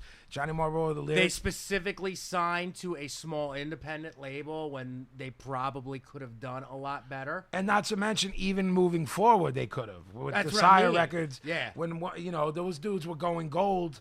Yeah. Without radio and video. Yeah, play. I mean, they pretty much stayed on Rough Trade in and he's- England. Yeah, and he's pushing vegetarian stuff and all kinds of Right. wacky All kinds shit of that wacky punk in rock shit. 80 fucking whatever. Right. Motherfuckers Bro, weren't the having it. name of your album title is Meat is Murder. What the fuck's Hard. happening, Punk man? rock. All day. What's going All on? day. New segment. What is this punk rock? I like I that. like that. I like that. I like that. All right. I like To that. your point earlier, Sicko, write Paz, that down. To your point earlier, when I look at this list, I see what you're saying, where someone said, well, I have to put this on here because there would be no blah, blah, blah if there wasn't. And I ain't into that deal, That's bro. what half of this fucking list I is. agree. I'm not into that deal. That was of like, dude's criteria. right, like, oh, well, television was part of the CB's sound, Yeah. so XYZ. And I'm like, yo, I ain't mad at you. I'm not telling you you're wrong, but it ain't on my gimmick. But, what was I was gonna build off something you were saying. Continue. Well, the second thing I will say, too, is that I don't care. Like, you can't be a best punk rock album after 91. And I'm thought going to the say same 89. thing. I'm going to say 89, 90, but I see Nevermind on here, and I think Nevermind should be on there. And they're saying 91, so I'm saying after Nevermind, you can't you can't be on this list. You've lost your mind too. All right, well, I want to go back to something Pablo said. It basically made this conversation explode. But I did get where he was coming from when he was like, look, man, if I go into my iTunes under punk rock, You know, because your shit's by genre, your shit's by alphabetical. You know, my shit, the gimmick on my gimmick, Jeff only has one. It just says punk rock. My gimmick is alphabetical, so I can go from fucking. I You can go had from, 3 songs on yours until I gave you shit. and so I don't wanna hear it. I just gave him. Quiet. I just gave him gimmicks too. But see, my gimmicks, but see, yours are all banged up. Mine are well done, right, Pablo? Yeah. His is a XY215. Punk rock, banged up. Fucking Yours band names and song titles are like the symbol for boron. You're right. That's how mine is. But I know what it is. Like, Me oh, too. that's the germs. I Yep. know that. That's I'm the same exact way. I don't need the fucking thumbnail of the album art. memorize the code that it was. Everything must be. Vince has the album art. cleanest iTunes. Speaking of library. which, Pablo, there's 16 more gigs of I music, didn't so see I it. can teach you about culture. I didn't see a thing. All right, let me. Like, I got a real problem with Bad Brains being on a top punk rock thing. Here we Yeah, go. no. Eject No, him. you're Eject him nuts from the again. table at this point. Hardcore. Yeah, he's got to be kicked out. It's at punk this rock. point. Yeah. Okay, well, so what? Okay, fucking hardcore is a subgenre of punk rock. Right. So okay, it could be on the punk rock list then. But, I mean, there's just stop. There's It's 40 fine. great straight punk rock records you could fill a list with. I'm no selling the New York Dolls being on here. I get it. Wouldn't have been I blah like blah it. See, blah I without like New York that. Dolls. Wouldn't be. See So that's yeah. that's Well, I that's actually- basically what Sicko would say if we let him talk right now. Right. Like that ain't a punk rock No. record. Are you listening to it this week? No. Then it's No. not punk rock. It's not good. It's not good. completely think Hold on, that's hold a on, punk hold rock on. record. Stop the I madness. definitely- Well, then you're saying they fucking invented punk rock because it was 73. Who? No, I'm The saying Dolls? they invented. Who are we talking about? I'm talking about the Dolls. Dolls. My idea with the Dolls is absolutely a punk rock band, absolutely a punk rock record. Yeah. I think they're. They were I think they're 70s overrated. glam rock. They're a little. man. They're overrated. I definitely 70s think glam that. rock, man. I like agree it. with Hot, you, Paz. hot. Nice. Dexter Poindexter, go fuck yourself and get off my fucking list, man. I fucking slap the hot out of your fucking head. Fuck the New York Dolls. They're fucking overrated. They're not punk rock. They're fucking glam rock. Like we wish we were fucking Ziggy Stardust Bowie. Is Ziggy Stardust Bowie punk rock? Yes, Yes. but not sonically. Hard. Not sonically. Yeah. So if Sicko says the New York Dolls record is punk rock, I don't know. I'm not going to argue with him, but I'm going to argue with him if we're talking sonically. Is it punk rock culturally? Probably. I think it's punk rock sonically. Yeah, I don't. I just think it's like The Dolls. to me there were these bands. To me, there were these bands that just weren't really that talented, and they were punk rock by default because they weren't good at their instruments, and that's right. different than being punk rock. That band wanted to be a huge rock band. That's not punk rock. Right. And So they were like, now "What we're else? talk- Right? What else can we do? Right, We're not so- going to do the normal thing, so we're immediately punk rock." Exactly. And if I'm going back to what Gavin's saying, are we including cultural shit? Well, that band wanted to be a fucking monstrous rock band, and it just didn't work out for them. You know what I mean? Yep. If they ended up fucking being like his man Billy Joel, he wouldn't be saying this. Fuck Billy Joel. Right. The New York Dolls are Billy Joel. I disagree. You can't. I do. Not allowed. can't. I mean, should the Descendants record be in the top 40? I think so. Is I it? don't think 40? so. I don't know about that one, but I mean, it should be It should be somewhere. I Them got are no all- heat with them, but I don't know about Gavin the top 40. Gavin isn't a mark, but I'm even willing to bet he'll agree with this. There's no Bad Religion record here. Suffer. Suffer's up there, I think. See, I Should- don't think Suffer should any be of in their stuff makes any top list of anything. No way. Suffer should be on the list. All right. P Jiggy's with Thank me. you. Generator could be on the list. Yeah. Take Piri Ubu off. And fucking put. Fucking what? How do you say it? Sicko? Have you heard Pirubu? I know. No. Exactly. There you go. Play for me tomorrow? You're gonna No. put Bad Religion over Yes, I am. What is Sleater Kinney? They were that. like, I don't know anything about. Kathleen likes them. 97. Take it off. They were like, Agreed. they were an offshoot of like Bikini Kill, that kind of Oh, stuff. fuck that. I Yeah, you love already- Bikini Kill. and So you already- fuck yeah, so do I. Bikini Kill. Fuck But I Kill I don't Rock think they're Stars. top 40 though. I love Bikini Kill, but they're not top 40. I'm in a room with I three don't think- people I that don't think- fucking like Bikini Kill. I don't think I'll they tell make you top this. 40. I'll tell you this in all honesty. The chick that Ad 100% Rock's true. married to, right? Yep. Catherine, 100%, Kathleen Hanna. 100% being 100% honest. Me and Pablo went and saw them whenever it was. One of the greatest shows I've My ever mind seen. is blown. I saw him once too. One Mine of is the greatest blown. shows I've ever seen. I mean, sorry, Mom forgot to take out the trash. I like that record, but it's just like new wave rock to me. Maybe it's I've fun never been a time. fan of the It Replacements. was a fun time. Oh, I like the Replacements. I mean, they're okay. I never I'm not. got the hype about See, them. I'm not a germs mark, but that belongs here, and that's the only reason I even bothered saying that is because I'm saying I understand the importance of things without having to say I love this. You know what I mean? It came up in our past discussions. The fucking band I fucking loathe, that you and Jackie mark for. Ooh, the Cramps? Yeah, like fucking loathe that band. I don't but- mark for them, but Jackie marks for them. I mean, like should they be on here? Are they? They fucking A should be. Yeah. So If I they think ain't. I don't like They're them. not. And they I should don't be. like them, and I think they should be on here. Stooges, get the fuck out of here. Don't care. I'm with Blow. Don't care. I just don't care. mean- I know sell them. I know sell Iggy. He's a fucking bozo. To put a shirt on. I don't like. He's a bozo. Iggy Pop is fucking as much of a bozo as Lou Reed. Yeah. Funhouse is not my favorite Stooges record. Yeah, it's not the best at all. There could be an argument made for Funhouse, but it's not my favorite Stooges record personally. I but, fucking loathe. What's your favorite Stooges record? You will show me the Stooges. I will show you the Stooges. Probably Raw Power. Yeah, it's got to be Raw Power. You know who I I, like the loathe? first one, too, a lot. Loathe X. I fucking hate that band. I like X. Loathe that band. I like the first 3 records. I like a lot. After that, they got a little wacky, but Were they like 120 minutes band? Were they always? yeah, but it was the later stuff. They That used was to the play- later stuff. I'm yeah. talking like They used late to play, 70s, early 80s. They used to play "Burning House of Love" a lot. On, The singer was the dude in the what movie? It's John Doe and Exene. He was Man, on what? How the fuck you say your name? What are you mumbling? John Doe and Exene Cervenka. Yeah. No, but I'm talking about. He was did in a mumble lot that. of movies He for was like the- a minute. Yeah, he Yeah, was the yeah. dad in this specific movie I'm thinking about. An Not abusive sure. father. Kindergarten Cop? Exactly. Kindergarten. He was. He in was a- in that movie with Ad Rock. That was really Ad Rock, him, and Something Angels. Roadside Prophets. I think. Oh, that's not what I'm talking about. That's what what was I'm that thinking of. rock movie? City of Angels. I don't know that one. I mean, City of yes. Angels. City of Angels. Yeah, with Ad Rock. I don't even know what. He's is. they're Lost- on a motorcycle. Yeah, Hard. yeah, real. Saw that. Yeah, all day. Los Angeles? Was that what that was? No. The Ad Rock movie? Lost Angels. Yeah, Los Oh, Or Angeles. City that of, was yeah, awesome. that's what I'm talking Wait. about. Then there's another Ad Rock movie where he's. Streets of Fire. That's greatest movie of all time. I mean, I'm not gonna argue.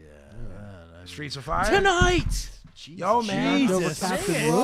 Fuck, I get man. excited about Streets of Fire. Fucking knocking over Lou, man. Like, Knocked over the it's captain. one thing to be excited. It's another to knock Lou over. The guiding light is the reason that this podcast is working. Yeah. It is true.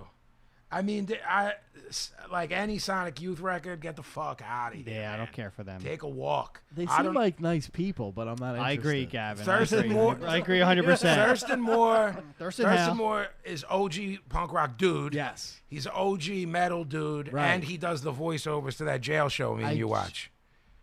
Does he really? The Nat Geo Wow. gimmick we watched. That's him. hard. He gets a point for Locked that. up. Yeah. That's him. you That's know to he's him. putting out your boy's book. I in own America. it. Oh. And he wrote the foreword. Thurston Moore put out Necro Butcher from Mayhem's book.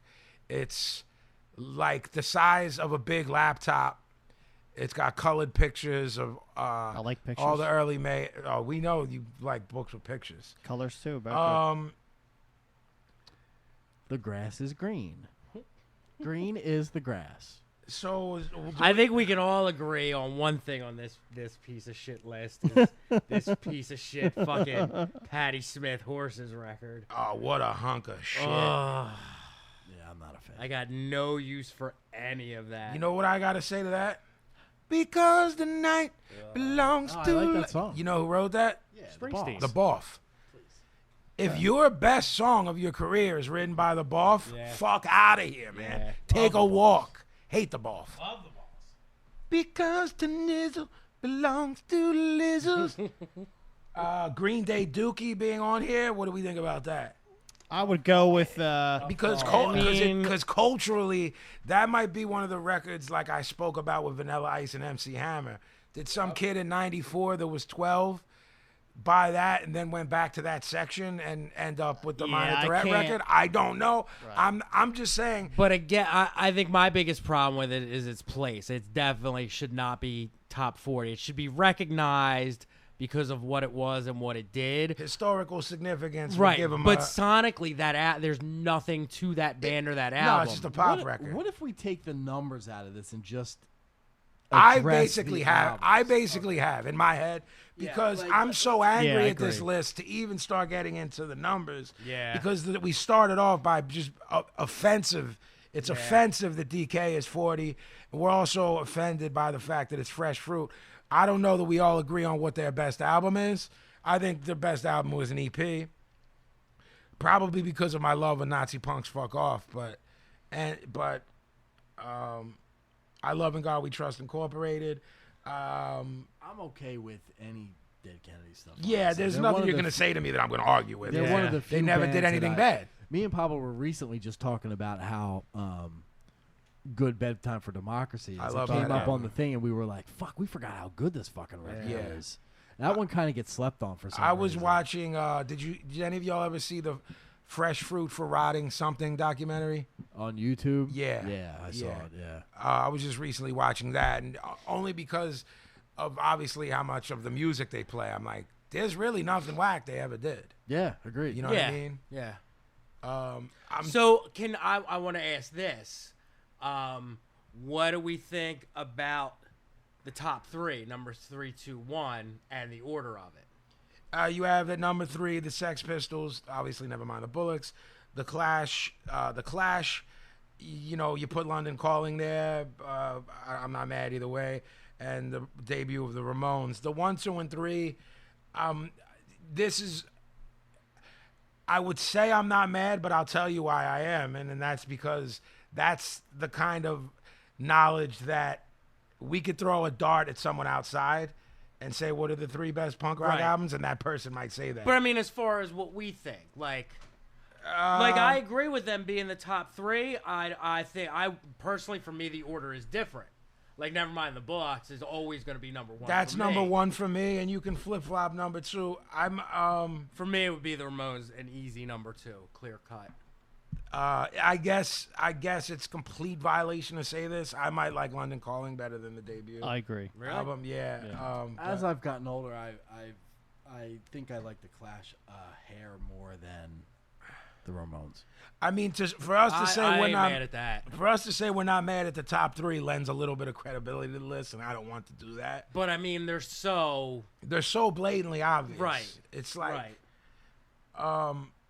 Yeah. I mean, I know for me, I don't have much more to say about this fucking list. Right. Other than the fact it's fucking stupid, idiot. And the fact that the fucking Dummy, yeah. Dummy, yeah. the fact that this Minutemen album is like number 7. I mean, It's ridiculous. This whole thing is just that. I'm You not said mad. it all. That's what I think of that. The Jam is 24. That's- Yeah, and it's not even like the punk rock Jam album. It's a good okay album. with anything of the Jam. So am I. I'm okay with any.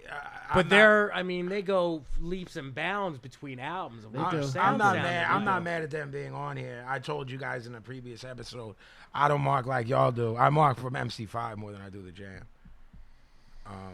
But that's what just happened. I threw my list too. You're mad at it, Pig? It's anarchy. Yeah. He'll get up. She'll get up. We'll all get up. It'll be anarchy. Don't say I didn't warn you. Well, so there's your top fucking 40 Rolling Stone. Yeah, great. Nothing more to say Yeah, about I mean, that shit, Harold. Yeah, there is. Did you pick that up, Pablo? I did. No. Fonz? Priceless. You think he's going to sue us? No. Dixie? So, yeah, I mean, we feel like we said what we have to say, right? Yes, sir. Yeah, I mean, I'm done with it. Yeah, I'm done. I mean, I'm going to set these guys crumpled theirs up. I'm going to set mine on fire on the walk to the car. Yeah, well, before we go to break, it needs to be known that The Broad Street Breakdown is being brought to you by Crescent Street Tattoo, CrescentStreetTattoo.com, Instagram Crescent Street. Correct? OG, I'm doing this off top. I don't have my card. I don't have any of this stuff in front of me. I don't know what the Instagram is. Crescent Street Tattoo. Everything's Crescent Street Tattoo. CrescentStreetTattoo.com, 4371 Crescent Street. Crescent Street on Facebook. Yeah, it's all Crescent Street Tattoo. Yeah, you can find us easy. It's not on hard there. to find, yeah. And I don't have Sicko's book on me. Sicko, you can Nah. put it over and tell him. You're also working on a new book about New York graffiti and the hardcore scene. Put over the fucking publishing page. That's what you should do. Yeah, go like our publishing page on Facebook. It's D Wolf, D-I. Thank you. DIWULF. Dummy, Publishing yeah. House. Yeah. And that's going to give you all the information on Sicko's book from before. And the new And game. the new and stuff the new we got stuff. coming so, out. So you'll get updates on the new stuff, and you'll get there's also information on there for the one that's And the previously cookbook been me and him are released. working on too. Yes. All right, we'll be back, and just know that MC5 is better than the gym. Yo, this is Ill Bill, aka the cult leader, heavy metal kings like Coca Nostra, non-fiction. And when I ain't ODing at Uncle Oogie's or getting it in at the Forest Pizza on Avenue J in Brooklyn, I'm checking out the Broad Street Breakdown. Yeah. Yeah, 1 2 1 2. Broad Street Breakdown. We're back. Hello. Some fucking frosted. He's got fucking frosted gimmicks. Sicko's on his phone. I'm here with Terry Funk and Captain Lou. Sicko knocked Captain Lou over. I was very excited. Gonna get a rubber band to the eye. Professor Pablo is on the The 1s, 2, 3, 4s, Yeah, 5, yeah. 6 laptops. you know what I mean, what did you call him? Two labs? Tony Two Labs? Tony Two Laps? Yeah, well, I guess the last time we talked, when Chris X was with us and we were talking about the business, was right after the draft, right? Or close to it? Was it? It was right after. It was around that time, right? And I think because we're either disinterested or unimpressed about what's been happening there. When we discussed this, we realized essentially there's not really much to talk about because nothing's moving along storyline wise. I mean, we say what we always say, like SummerSlam's coming up, and hopefully blah blah blah blah blah. And Yeah. it hopefully never happens. So Right. whatever. So Pablo was saying that people have asked about tag teams. I don't know specifically what they asked. What's our favorite tag teams, or to rate the best tag teams ever? Yeah. I think they were asking what our favorite tag team is. Yeah, I mean, I guess for me, I don't know. It's hard to say, man, because they were so good on their own. I don't know how many people look at them as a real tag team, but Hanson and Brody are up there for me. Absolutely. I don't know. Historically, are they looked at as more of singles guys? I think so. Because they had pushes, or are they looked at as a tag team? They from what I understand, they tagged a lot in Japan. So I would say, yeah. I don't think they did much in the States except when they were first together. Yeah. But yeah, why not? How about the Assassins? I don't know a whole lot about them. Neither do I. The name is hard. That's why. I mean, you're in a mask, and Right. your name's gooned out. Yeah, that's bothering me too. It's still there. What the fuck? I can't grab it. Pablo, take care of that, man. There you go. Oh my God, man. This guy's just fucking bone crushing, man. So if we were to say, what's your top 3 tag teams? What would off the top of your head? I mean, some of mine are like just strange because I don't know. Do you feel like Wyndham and Rotundo were over? Or how? I used to love them when I were little kids. I mean, I love Barry Windham. I love Mike Rotundo. I mean, I love his Spawn. Yeah, why not? They could be in your top 3. Over the Road Warriors? I'm one of the people that think, like, I wasn't a fan of the Road Warriors' work. I was a fan of their gimmick. The gimmick was hard. People love the gimmick. No, I mean, the gimmick's where it's at. I mean, I'd be hypocritical because, like, the most over dude in the world to me right now is Enzo, and it's not because of his ring work. You know what I'm saying? I don't think I've seen him wrestle at all. And you're a mark for him. Yeah. So that should say enough right there. My mom's an Enzo mark. Yeah. And she thinks wrestling's retarded.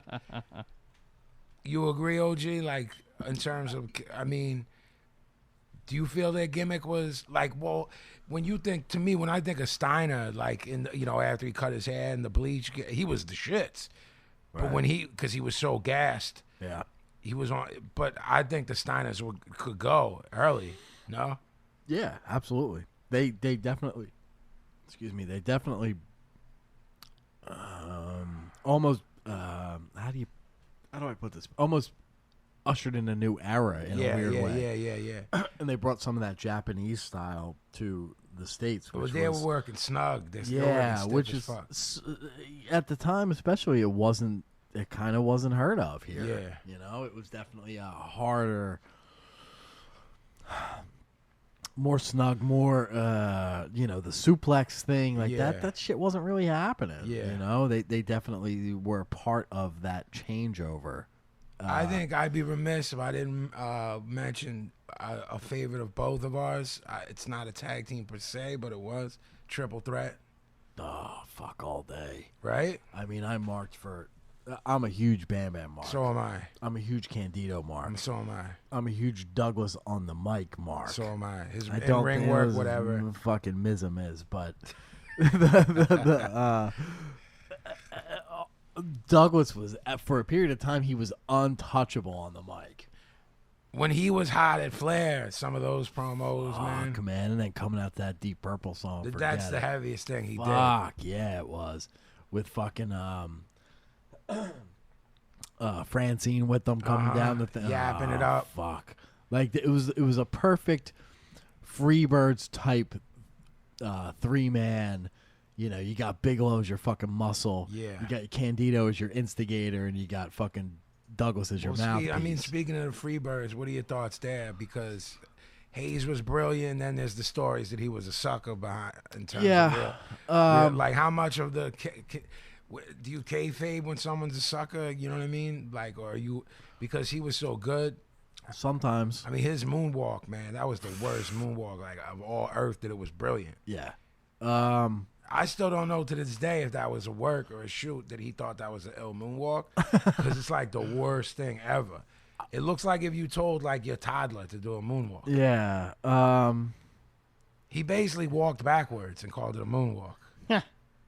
Huge Gordy mark. Hayes, I mean, I won't take away from how brilliant he was, but I've heard too many stories about how much of a fucking asshole he is. See, I've heard a mix of it being a fucking fuckface and a mix of him getting chumped. Like on some, you know... well, I think he became a target because he was such an asshole. There you go, yeah. But he was brilliant in the role that he played. But I'm a huge Gordy mark, so I saw Gordy work Bam Bam at the ECW arena. How old was he when he passed? 43? He was young, I know that. 42? I'm not sure off the top of my head, but he definitely he wasn't on the level that he was, and from what I remember of the match, Bam Bam carried most of it. Oh, Bam Bam Bigelow carried most of it. But I was fucking hyped to see the two of them work together. Well, I mean... And Joey, you know, they were building it as the fucking battle of the Bam Bams. Like, that's hard, man. All day long. Yeah, I mean, well, plus you have the fact that, like, we've talked about so many times in music, there's the,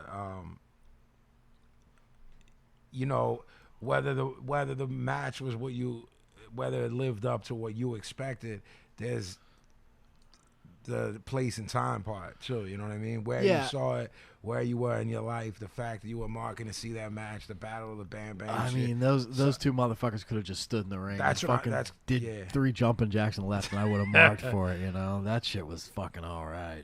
I'm such a Bigelow mark that I don't care what he did. Yeah, I love Bam Bam too. He was. I mean, would you say it's got to be him or Leon is the best big man ever, right? Yep. A big man, of course. I hope people know. I mean, meaning overweight, not tall and diesel. You don't like a big man? He pops me with the gay shit. Yeah, arguably the two of them. I think Bam Bam's slight edge over Vader, but I'll say this forever: Vader has the greatest worked punches in the business because they weren't at work. I was before you finished, I was about to be like, yo, man, they're not really so worked. Fucking good because he was really punching motherfuckers. Yeah. Someone asked someone recently, like, who, yo, man, you're touching Terry Funk, man. Don't worry about me. Go ahead. I mean, that's my guy. Like, what do you mean, don't worry? Oh, he's gonna worry. I Don't promise worry. I'll give him right back. Don't worry about it. Like, he just don't worry me about my Terry Funk doll. That's the greatest of all time right there, Sicko. I'll give him right back. Someone asked, who has the best work punches, and I think the answer was like the person who doesn't work their punches. Yeah. Whoever they named, they were like, yo, blah blah blah was great, but you get hit with a fucking couple potatoes. So yeah, you know what I mean? Someone might have been discussing Van Damme. It was Dreamer. Yeah. Someone asked Dreamer, like, yo, who has the best work punches? And he was like, well, Rob was good, but he would punch and kick the dog shit out of you. So right, you know what I mean? Not that I think of him as working stiff, but he had good kicks. You know what I mean? And, I mean, I think Cell, which is a rift in the relationship. Brett, to me, he had the best work punches. Rocky had good work punches too. Terry's got great that left hand that Terry does is fucking brilliant. I think to me, Brett's got the best work punch ever. But I believe it was a work punch. I mean, if I'm following what you're saying, Leon would hit the dog shit out of you. So I don't know if he's just too dumb to know that it's not real. Because by all accounts, that motherfucker's dumb. Even the Bammer said he's a dumb fuck. Cosmo back in the day took a bump from Terry, and from the left hand punch thing. And he laid it in? No. No. Said, what did it feel like? He said, like a feather.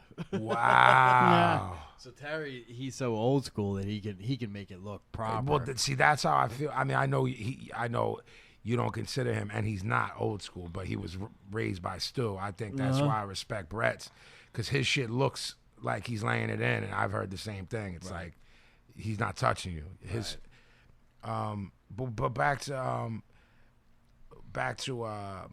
the tag teams. Like, what did you?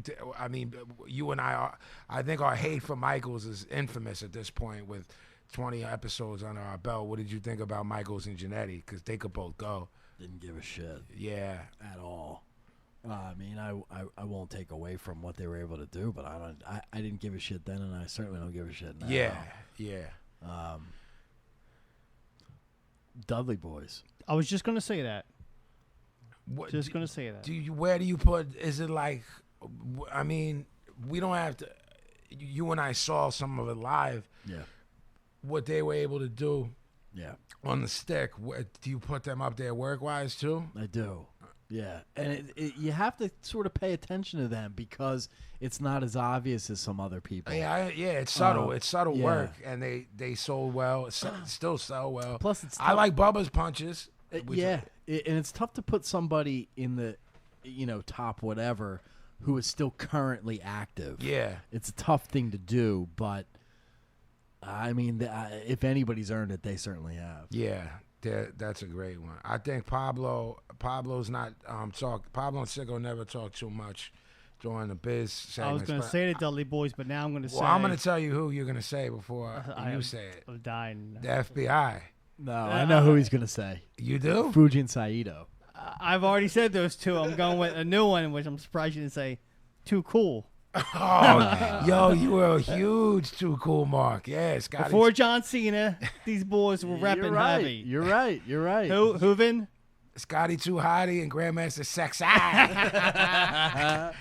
You're right. Yo, but I mean, you still mark to this day for FBI, man. Yes, I do. Full-blood Italians. Little Guido. Yeah. Then Tony Mamalu came in. Fucking The Fangul the gimmick. chin. The chin Fangul gimmick. That's the best. Tommy Rich at his best. Tommy Rich coming in as part of FBI, dancing to Saturday Night Fever, whatever that fucking song is. What is the Be Staying Alive. Staying Alive? Tommy Rich without a fucking drop of Italian blood, with a Southern accent. You know something? Tommy Rich doesn't get enough credit, man. He because doesn't.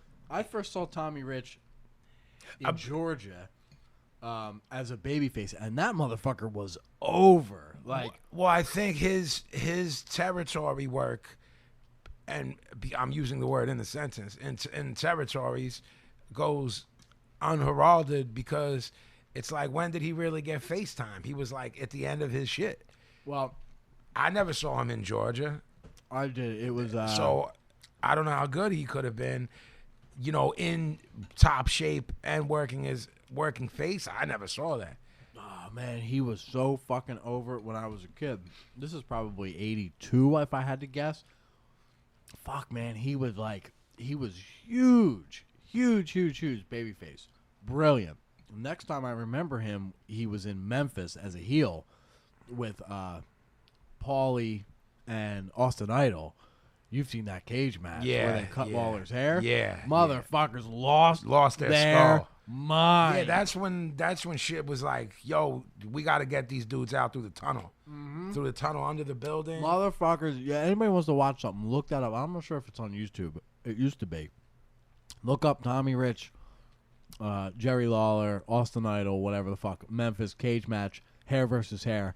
They fucking fucked over Lawler, shaved his fucking head, and motherfuckers lose their fucking minds. People are trying to climb the fucking cage. Fuck, man. What? So did I tell you? No, it was only text. I didn't tell you this on air.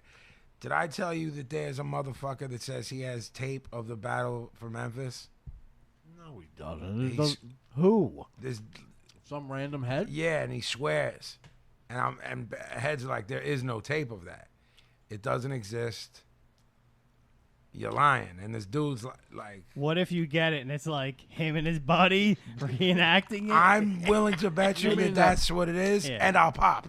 Right. So heads know, Tommy Rich and Buzz Sawyer had this feud in Georgia that lasted like fucking 3 years. 75 years. Yeah, and they ended it with a cage match called the Last Battle of Atlanta, and supposedly the legend has it was one of the fucking most brutal matches, fucking the whole fucking deal, but nobody has ever seen video of this. So supposedly this was a house show at the Omni in Atlanta, and nobody taped it.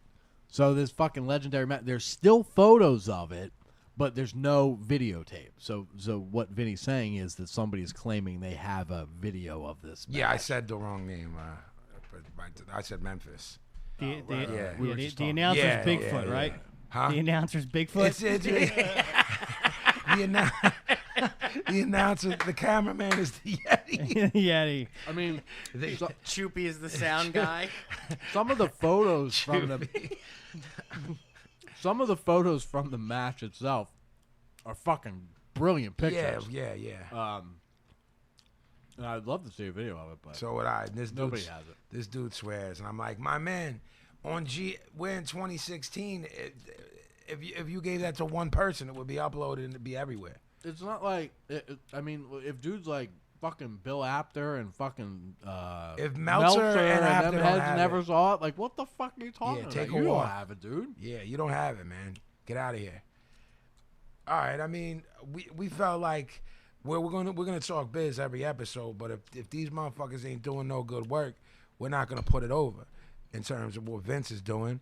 And I mean, Lucha's great. They don't want to put it in Philly or in English. They don't want to put ROH. I have a call out to the El Rey Network. They haven't not gotten back to me yet. Somebody sent us a link on something, Twitter maybe, that It's all season 2. Yeah, Yeah, because you and I watched season 1 and we marked. Yeah. And you can buy the Lucha on iTunes. Correct. Episode, and I think DirecTV, the satellites carry them, but not cable. Yes, because Rey Mysterio was talking about it. He was on Conan's podcast, and he was putting it over on the Dish gimmick. Right, whatever that is. Right. That's what I looked into with the El Rey Network, not with the Lucha. Yeah, people. well, what had happened when the Philly gimmick Gavin and I were watching was on the Philly Latino Sports Channel. So I was just watching it in Spanish because I can understand it. You know what I'm saying? El Sporto? It's like number 697 or something. It is. It's like 696. But El Sporto. Like, fuck. This fucking guy's a fucking mind eraser, man. Fucking mind eraser. El Sporto, man. So fucking, at any rate, yeah, so like, and then Gavin, Matt Stryker, who used to be with Vince, and Vampiro do the English broadcast on El Rey, and then Vampiro speaks Spanish fluently, and he does it with, what's Homeboy's name? I don't know. I thought it was Sabinovich, Hugo. Yeah. I didn't realize he was on there. Yeah, it's him and Vampiro on the Spanish feed. Oh, that's hard. And then it's Stryker and Vampiro on the English feed. But Hugo used to do Puerto Rico. yes. Yeah. But what's it called? Match was fucking bad shit. The Vampiro, what's his name? I don't know. The one that ended season 1. Yeah, it was fucking lunacy. And I've heard season 2 is more brilliant, and right now they're filming season 3. Pentagon Jr.? Pentagon Jr. versus Vampiro. Watch that. It's on YouTube. That match is fucking crazy, and Vampiro comes out on some straight devil worship, Pope shit. He looks like the singer of Ghost. Comes out, gooned the fuck out with the frankincense and myrrh shit. That was awesome. That was another one of those Vinnie Paz things where I was doing research for this, and I got roped into some crazy shit I didn't even know what was going on, like the backstories of the people, the outfits. In Lucha? Yeah, and I was Yeah. like, what the fuck is going on Yeah, here? man. I'm just upset, and whoever, I'm not gonna say has the power. I mean, it's like it's the dude who created Survivor, Mark Burnett, and it's fucking Robert Rodriguez. So you got like two of the biggest heavy hitters not in wrestling, in Hollywood, and you can't get Philadelphia, the world's biggest wrestling market. You can't get us, you know what I mean, that product. So that's crazy to me. It's also crazy to me that all of us have been to ROH and we can't watch that on TV. Yeah, so it's like we go to all the live shows in Philly. I was going to tell you off air, they're coming around in December, which will be good for us. Maybe it won't be that hot in there because it'll be December. So we'll be there in December, but we can't follow storylines. So you're basically, it's cool because they're such good workers. You can just watch and have fun. I but see the shit on the Facebook feed too. Yeah, I mean, you can do it that way, but it's like, to me, in Philly, we should have ROH and Lucha, and we're left with TNA. You know what I mean? Which is like, there's a couple dudes in there that can go, but and I would say it's some shit like, you know how like Philly, like you'll never play the Spectrum because you're from here, so people don't appreciate this town you're from. Yeah. Minus New York, of course. So like, but ROH is kind of not like that. Like wrestling's not really like that, right? In terms, no, not at all. Like they could play the fucking big arena. I mean, I don't know what size. You know what I'm saying? Like, you think they're thinking like, well, Philly's where we're here, not where we're from, but this is it. So we have to go other places to get more respect. I'm just saying, I'm more basing it on the TV deal. Why isn't there a Philly TV deal for ROH? I don't understand. I don't understand either. It's the biggest market in the world. Wouldn't you say, Gavin? We're the biggest wrestling market in the world? Yeah. I mean, it's in terms if you're of picking, like, I mean, we're absolutely 100% top 3. Yeah, I'm just talking smart marks. You know what I mean? Yeah, then Philly all day. Yeah. Yeah, okay, well, we can wrap that up. And I'll start pulling some mailbag wrestling questions, so we can kind of tie that into what you guys need. If you guys need something else to talk about, yeah, I'll throw that out. If heads want to ask, particularly like Gavin and I could go for 6 hours on old shit and old Yeah. territories and stuff. It might not be as interesting, but for heads that are up on shit today, write us questions about new shit. It could be New Japan, it could be Vince, it could be TNA, ROH. We're up to date of all of that. You know, we stay up to date. So I guess I'll send it over to Sicko. God bless you. Because Thank you. Sicko holds it down when it comes to word association. He's starting to lose his mind because it's becoming a little bit more difficult for him because there's really only a few. There's not a lot left out Yeah, there in existence. That's like Yeah, not. We're gonna have to start cheesy shooting. mainstream. We're gonna have to start shooting on like trees and bugs. Right. Well, it's because he fucking walks around his apartment and he's like, I'm out of ideas because I read all the books I've read and all my albums and all my That's TV exactly shows. what I do. And now he's done because he's got like a 1-bedroom apartment, so he's out of fucking inventory. Pablo, bugs. Bugs. And now we're gonna be like, Bugs, we did that last week. Sicko, write that down. Pablo, maple syrup. I'm just gonna pick household Random items shit and- around. Yeah. Just look around the room. The Jan Brady gimmick with George Glass. Wow, what's his name? I'm not mad at what's Do happening. you know the right story now. about this hat? I've heard That is crazy. Professor Pablo just put on like a Daniel Boone, Davy Crockett gimmick. Davy Crockett, King of the Wild Frontier. He's wearing a raccoon hat right now. So Jeff's at the parlor. Yeah, man. And Jackie said, you got a package here. I said, okay. She brought it home. You got a package on it. Hey now. She brought it home. I opened it up, and there is a A fucking dead animal. Yeah. I thought it Did was you a pop or were you shook at first? when I first opened it a little bit, it Little looked bit, like I was yeah, like, look. oh well, somebody said it's a dead thing. Yeah. Awesome. But Right. then I realized it was the hat. But the thing is, there was no name or no anything to give credit to whoever sent it.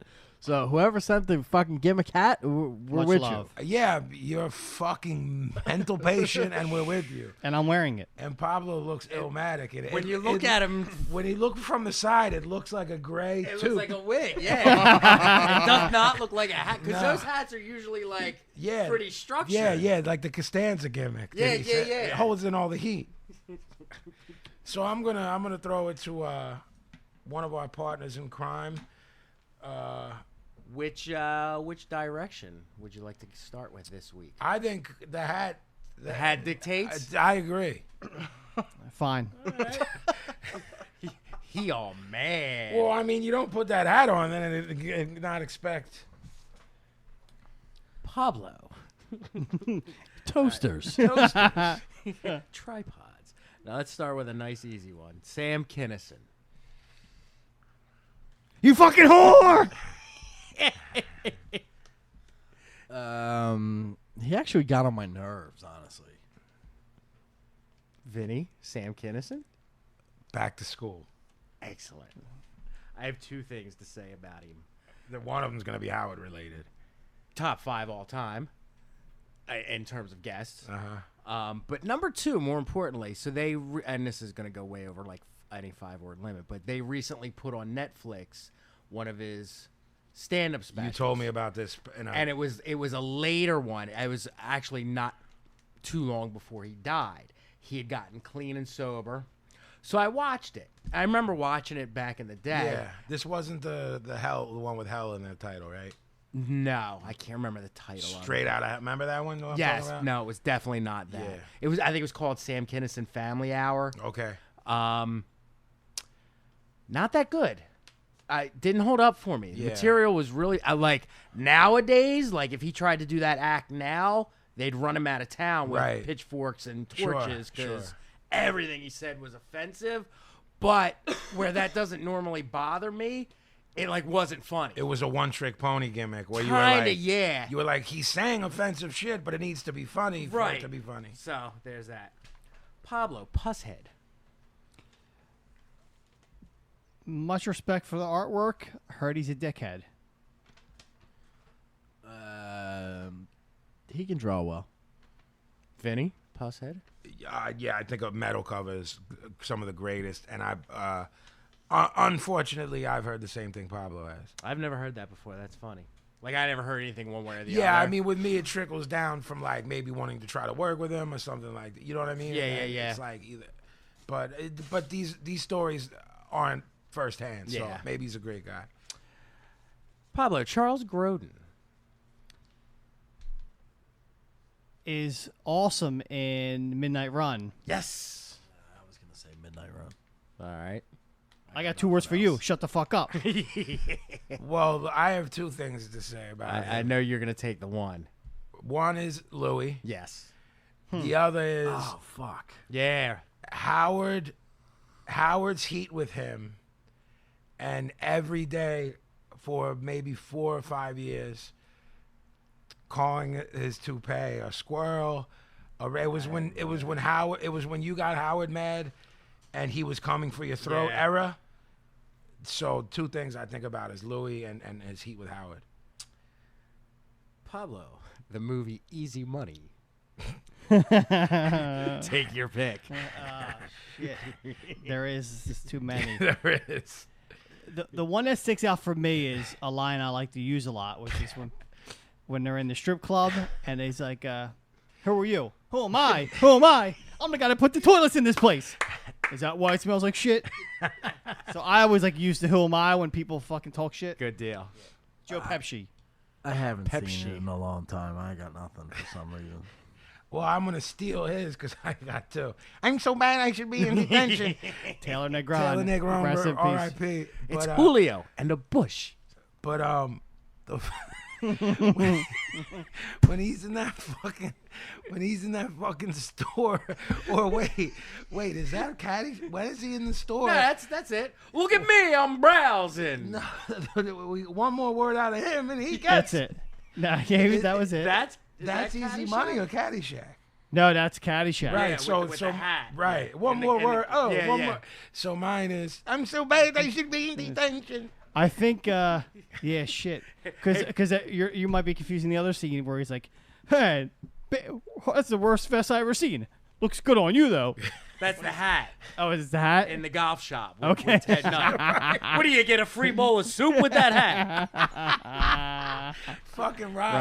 Rodney. Man, just slaughtered everything. You know what? And I've mentioned this before. Me and Pablo both watch it. They show Johnny Carson reruns from like the 70s. Where? Because I've heard you 2 talk about it. It's this local cable channel. All right. It's called Antenna TV, and All right. their whole library, and they even have the logo. It's old Channel 17. Oh. Yeah, it's dope. They don't even edit it out. It's just raw. Okay, The footage okay. is shitty. But like, Rodney's been on so many episodes of it. And they play a lot of them. You got to and- hit me to that. And he's like 100 times funnier. Yeah, So You know, good. just doing his thing. Yeah, and especially when you're older, you appreciate Oh, the my humor. God, yeah. I mean, a lot of the shit we loved, some of it went over our A heads. little over our heads. know what I mean? My, So- my doctor, hey, Vinnie Boom Box. Yeah, Boom Vinny Box. Boom Yeah. Box. So there you go. Pablo, Style Wars. The best documentary ever made. Nice, I like that. Gavin, are you hip? Yeah. Fuck. The DVD has a lot of extra shit. Word up. I don't know what this will pop in my head. Yeah, for me, I was blown away because it was. I remember it being the film that I was like, oh shit, like being punk rock and hip hop can coexist. The idea that countercultures could intermingle was, you know what I mean? Good Basically set the set the plate from the next fucking 3 decades of my life. Pablo, Malcolm McLaren. Just best friend. I don't have any heat with him. See episode 1. For, Right place, for- right time. Pazzy. There's a word for someone that's able to take advantage of Opportunist? situations, and smart opportunist, not just a smart one, because any scumbag can be an opportunist. He happened to be an intelligent one. Pablo, Winnie Cooper. Please call me Daniel Boone. I can't even look at you. She personified coming of age first love. Okay. The serious answer. I like that.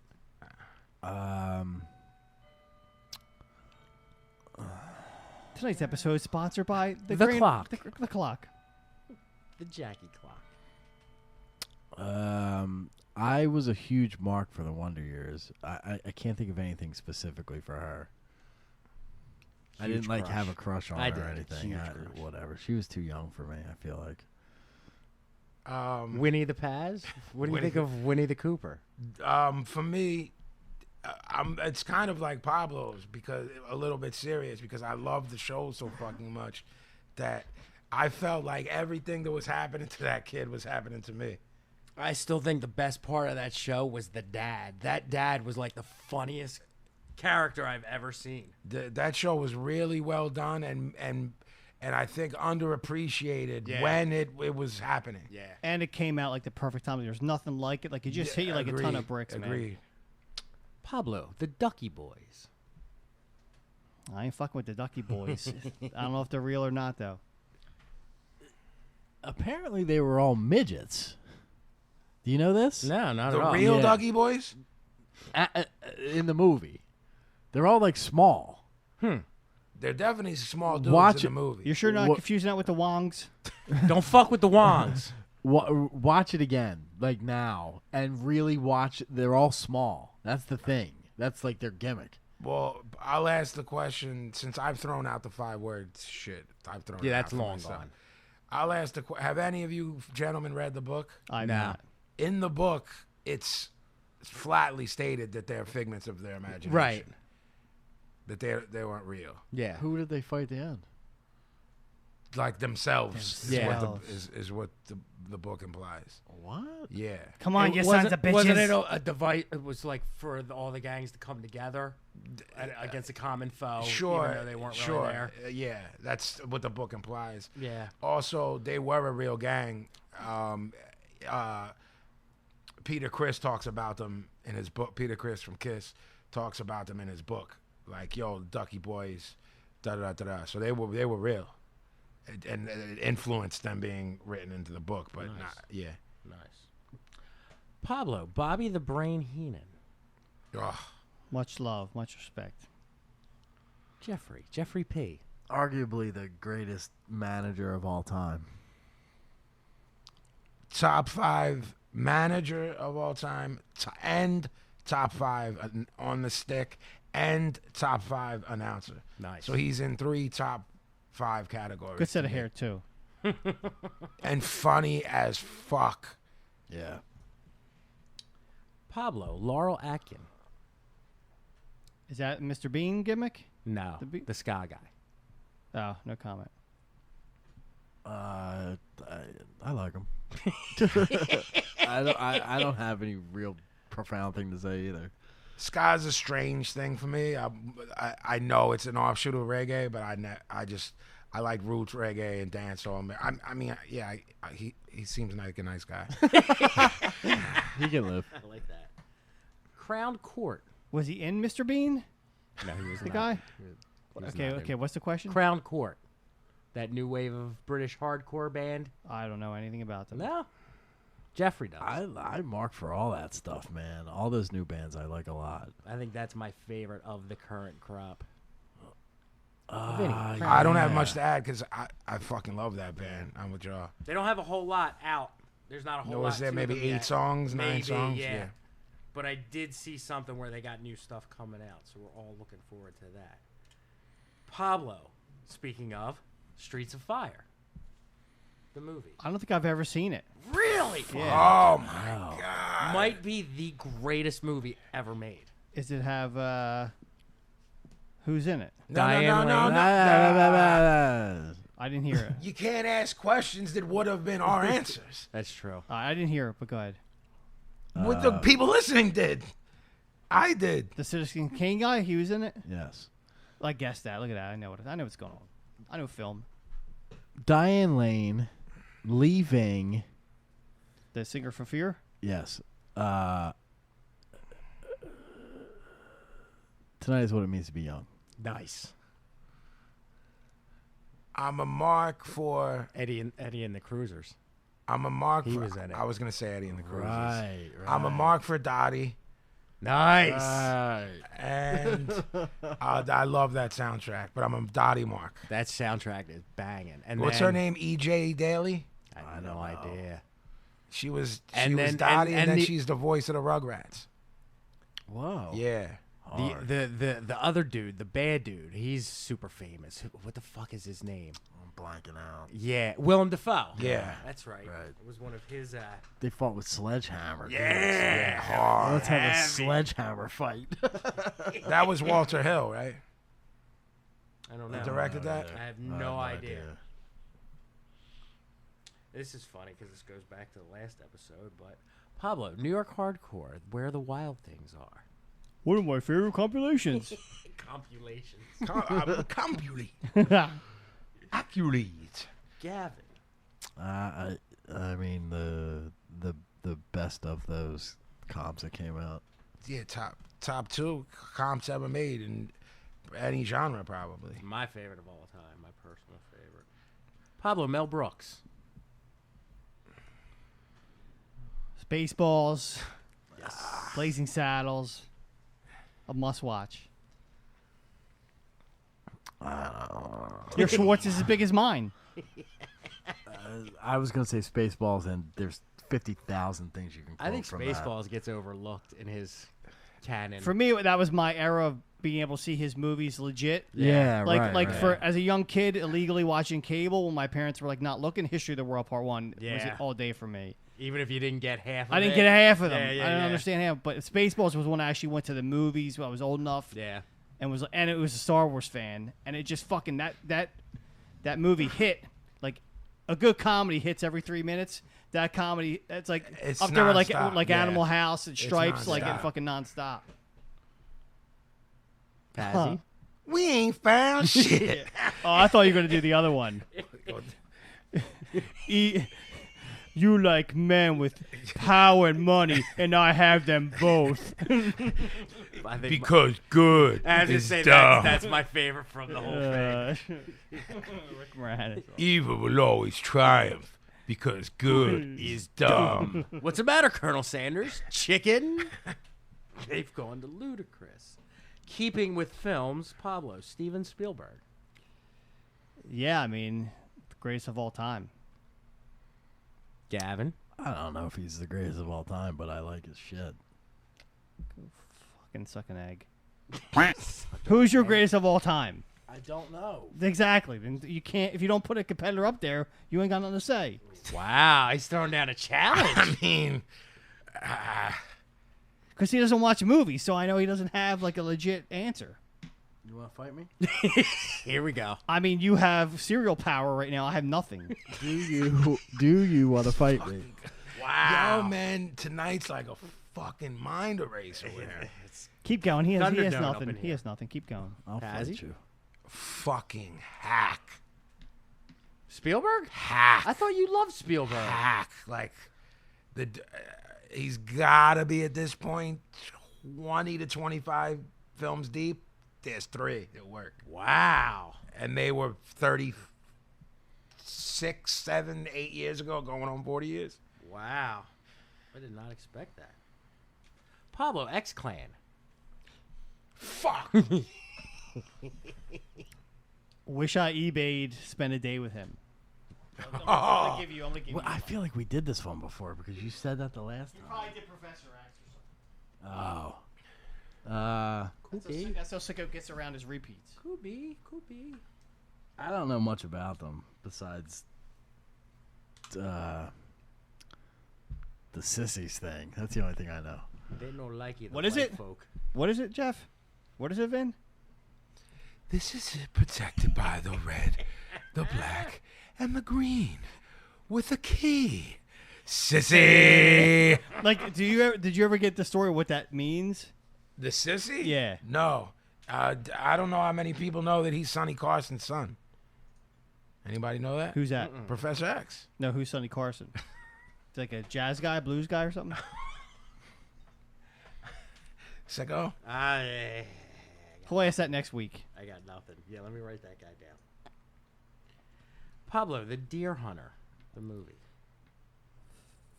Brilliant movie, boring at times, and slow. I used to say that the second half was brilliant and I hated the first half, but since I've gotten older, I like the whole thing. Yeah, I'm with that. Vinny? One of the best films ever made, blown away that Michael Cimino never made another good film. It can't, I can't wrap my head around someone making something so brilliant, stunning, and then never. I don't know anything about him.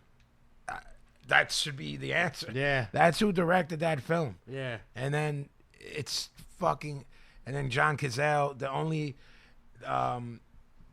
actor in history to every film he was ever in was nominated for Best Picture. Oh, right. Yeah. Trivia, And he was dying while they filmed The Deer Hunter. He was so ill that Cimino said, "We have to stop. We can't finish this film." And De Niro, Meryl Streep, everybody in that film said, "We won't finish this film unless you let John finish it." Oh, I didn't know that. Yeah, they I've never wouldn't- heard that before. Yeah.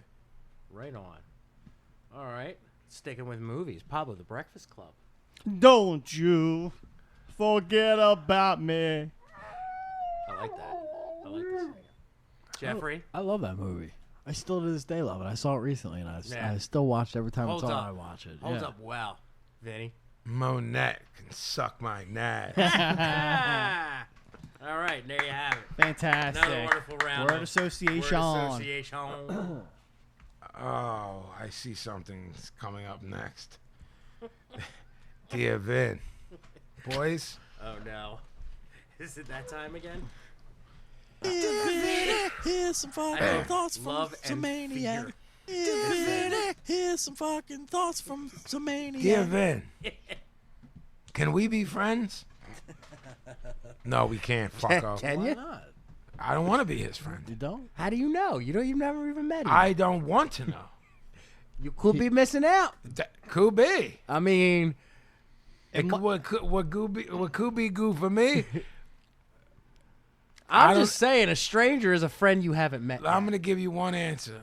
This is for Gavin. I don't know him, and I don't want to know him. And I will say, if this is hardcore, we met plenty of fan and plenty of friend over those 3-4 days. We met a lot of BSB. So to think Vin met don't a talk lot- to nobody is bullshit. Yeah. He was building with people way longer than I thought he would be building with. No, the gimmick gang was in effect that this is hardcore. We had a good time. But I don't want to be this guy's friend. people that were I don't saying- know him, and I don't want to know him. All right. I don't know what this word is, sicko. So you tell me if it's just because of a lack of education or an understanding of the language, or if this guy made it up. The Divel, Divel, is that a word? Oh, that's not a word. Okay. Yeah, I have no Do idea. you what that believe he thinks he's saying the devil? I think maybe. right. Dival. Running with the devil. Dival, you're going to die. Shout at the devil. Wow. Shout at the devil. Dival's my new shit. Wow. All right. I like that. Dear Dival. Dear Vin, the devil governs. Wait. So, can we be friends? Was that was an email? Yeah, that was it. That's it. All right. And I told him I don't know him. I don't want to know him. All End right. of dear Vin. That dear Vin. Fair enough. Dear Vin, the devil governs the ground as he waited in the Antichrist to complete the project. Holy. I'm listen your album with my goblin. Awesome. I like the word goblin. I mean, I personally use the word goblin like 5 times a day. It's usually in describing a cretin, mutant, or. But if this guy, maybe he heard me call somebody a goblin, and he Or maybe he's hanging out with an actual goblin. wants to ingratiate himself. Perhaps. You should be friends with him. Yeah. Him, yes. First dude, no.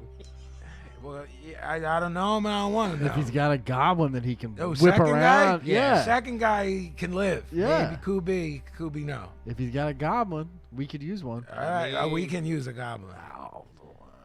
To Dear do our Vin, bidding. I hope you good. Can I ask you a question? Okay.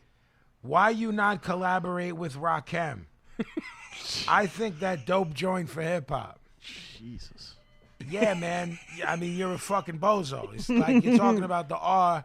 If I could collaborate with him, I would fucking do it in a heartbeat. Why don't you just call him up and collaborate, yeah, like, Vin? What do you mean, man? What are you talking about, man? Why you know? All right, man. This is long-winded as fuck. So This I'm is gonna our try bull. it. This is our man. Yeah. What did we name him? Black Jesus. Is that what we named him? Yeah. I don't remember that. Okay. I still think it's a work. Dear Vin, I like to be the one with the whitest skin at the cookout. They better not mess my image up at the cookout or I'll be pissed. Yeah, I have a good guitarist. He was digging deep, and it is sure that play all the music that says my first name, so I have everyone. Jeez. Needed someone that was digging, and I found him as soon as possible. Attach myself to a guitarist to help me meditate. I didn't even need to ask him. He just plays my first name. This is going to be a good year, though, Vinny. Just trying my best to stay tuned off for the next 6 months until I call a girl over here. I set my alarm clock. I remember when I fell asleep, and it has been a long time. I really feel like I'm in my shell. I repeated myself so many fucking days, living here for the future. This year right here, though, Vinny, I tried my best to grow. Graduating college, and how much did Keith crow in his room? Keith Keith. Crow. Grow. Grow. How much did Keith grow in his room? Links. Link is L-I-N-K apostrophe S, like it's someone's name. Link's Power Quest. I will flip out if those N-word steal anything else from the display. I need my bedroom. Just sitting on the stack and the band helps guard. Watching until you are 28 is better so you can acquire as much money as possible. I just want to make for sure you know I'm flying on my own like I graduated college right now. I have a sailor's mouth, Vinny. That's bullshit that they catch me with my hands out in front of the doctor. I erased it right away, but they were sitting on my page before I made everything private. My shit was in my room. I'm trying to be the best purifier I can with all those blessings. Those N-words are wannabes to steal from me and you. It was necessary to let my claw and name hang out, or they will infect all my friends. I watch them without my muscle out. The woman don't see eye to eye with the man. My exposure is delicate. I'm trying not to get all my friends infected. That's the end. I don't have much When to I say. said the N-word twice in there, he actually wrote it out. Yeah. So I just wanted to differentiate that wasn't him. He was using N-I-G-G-A-S. We don't know. Well, I think we saw a picture. We had a and he's picture white. of him. Yeah. So whether it's a fake picture, maybe the brother's black, maybe the brother's Puerto Rican. Could be, Who could be knows? no. Ladies and gentlemen, that's another segment of Dear Vin. Here's some fucking thoughts Lovely. from some maniac. Lovely. Lovely. Never a hits keep letdown. coming. It's never a letdown. I'm going to throw it over to the professor for two reasons. Because he is the one and only gentleman that has access to the deranged mailbag that we call Broad Street Breakdown. Sicko, or Pablo, do you want to pit over the email? How do people reach us, Sicko? Our email address, you can get at us if you want to shoot some questions at us for the show. Try and be original. The address is info@broadstreetbreakdown.com. It's very simple. info@broadstreetbreakdown.com. And what about the Twitter and Facebook, our social media? We're all over. Twitter, our Twitter, John, is @BSB Radio 1. Facebook is just Broad Street Break. It's like facebook.com/Broad Street Breakdown. I mean, as all of you guys listening know, it's these things. If you Google things, you'll find us. You can find us. We're giving you specifics because we're trying to make it easier. Also, Broad Street Breakdown is being brought to you by Crescent Street Tattoo. Again, CrescentStreetTattoo.com, and as Gavin earlier said, everything is pretty much Crescent Street Tattoo, right? Yep. IG. Facebook. But I mean, Instagram. all of these, we're all so interconnected that if you need to get at any of us, that's the way to do it. If you find one, it's a very easy path to find the rest of it. My Twitter is @Vinnie_Paz. You can get at me if these guys want to give out theirs. That's up to them. I don't use the Twitter. You're Pablo Regular, right? @Pablo Regular. Download. OG, what is your Twitter? And then tell them what to do about the iTunes and all that. I don't know my Twitter right off the top of my head. I think it's it's OG Gavin. I think it's the G Gavin. No, that's Instagram. I don't know, but what While we need you're you to do. Pit over let them know. We need y'all to download. It helps us with numbers. It helps us with the cost of this show. It helps us with all this new equipment we bought that Pablo's working now. We're gonna the video is coming super soon. We don't know what super soon means because we're toying around with it. We have one Dear Vin video in the bag that we think is pretty fucking funny. Yeah. So that's ready to go. We might be putting that up by the time you hear this because we are good to go, I think, with it. Y'all like it? We'll put it up there. It's a yeah. little campy, you know what I'm saying? Yeah, but we did it a little bit cheesy on purpose. Yeah. Pablo is @Pablo Regular OG, so they need to download it because it helps us with numbers and @the G Gavin. That's my Twitter. I've told you this before, but we need to. Okay, on iTunes, and you can link on through the website. But the people who are in charge of these things pay attention to download numbers. It doesn't matter how many people they think are listening, how many people are paying attention on one of the other links like YouTube or whatever. We put that stuff up there for your convenience in case you like to listen that way. But what they really pay attention to is the amount of people who are downloading off of iTunes. So even if you do listen on YouTube or you have some other outlet that you're listening to, it's important that you download the episode because to your phone or your laptop or whatever you listen to your shit on, because that's the numbers that the people are paying attention to. And the more download numbers we have, the more say in what we do happens. You know what I mean? So we kind of get a little bit more power by having more download numbers, as ridiculous as that sounds. And I know a lot more people are listening than the actual download numbers, even though the download numbers are really good because a lot of people are, like I said, on YouTube or one of the other places that you can listen. But if you just would actually download it to your phone or your laptop, and then you don't have to listen to it that way, just delete it, but that'll give us the number. You know what I mean? So we need those download numbers in order to have a little bit more... to do more shows. It's right. Like we're able to do... Yeah, I mean, that's the bottom line with it, Tuesday, really. you and I might get together and just talk wrestling for an hour, and we'll be able to post that. Or we can do more shows, more than once a week. If these things, we're always going to keep it free for y'all, but you can help us generate money to pay for the costs and expenses to run this shit. Because believe it or not, even though it's a shit show to y'all, it costs a fair amount of money to have this thing off the ground. And one other thing you can do if you're so inclined that would help us out too. Apparently, going to iTunes page and writing a review. I've heard Conan, too. Who has a great podcast about wrestling, always says subscribe, review, and something else. Download. Yeah. The thing with the subscribe thing, if you subscribe, I from what I understand, it will automatically download right to when your we thing, upload it. so you don't have to even it'll when we put it up on Wednesdays at noon or whatever when they come out, it automatically downloads to your phone or whichever device you're choosing. So That way you don't even have to look for it. When Right. the second that it's new, you'll get it, and we get that credit for the download, so you don't have to even physically do anything other than subscribe. And technically speaking, I'm the most technically illiterate of all of us, and just for fucking around sake, I subscribe to our own thing, and it's mad easy. Literally, I just wanted to see how it worked, you know what I mean? So I could see if I could do it to other things, and I was like, well, if I'm going to try it, I'm going to try it with all shit. And it's simple, easy peasy. So, all right, we're done putting ourselves over for the moment. I'm going to shoot it back to the professor who is in control of the mailbag, but I think first he wants to...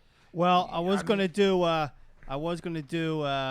Pablo Cheapo tip, but I'm going to wrap that into my recommendation, as you'll see later. Okay, all Look right. at that. Double up on that. but Well, that's fucking crazy. That's creative and fucking crazy. yeah, 'cause Yeah. yeah. Yeah. It's a trip, my man. It's a trip. All right. But wait to first, see. we're gonna before we do the mailbag, just My want to let man. everybody know that I sent the all the Jamaica prize trip winners, trip pride, whatever.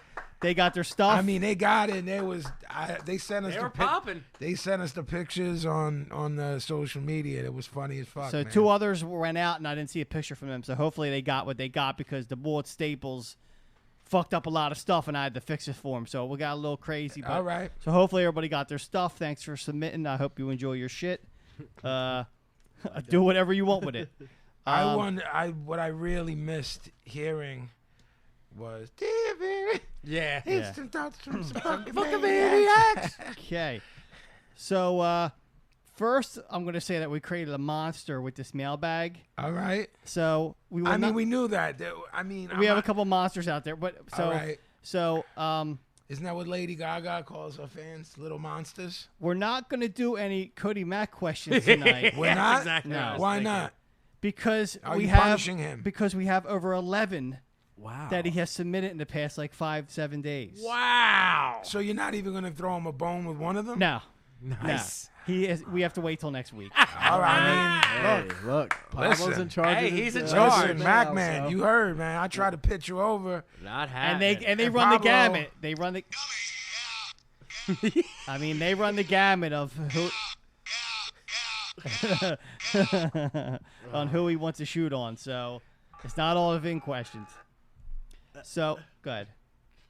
Exactly. So this is for Pablo, from our boy. I like the third person It's gimmick. very that was bizarre. I was gonna say, yo, next time just hand me the question for you, but I think this is more bad shit. Absolutely. Yeah. So Yeah. I think- this is from our boy John Kahane, who we all know Yeah, represents, what up, what represents heavy. Pablo, since raisins are a healthy snack late at night before bed, Oh. what about just eating grapes?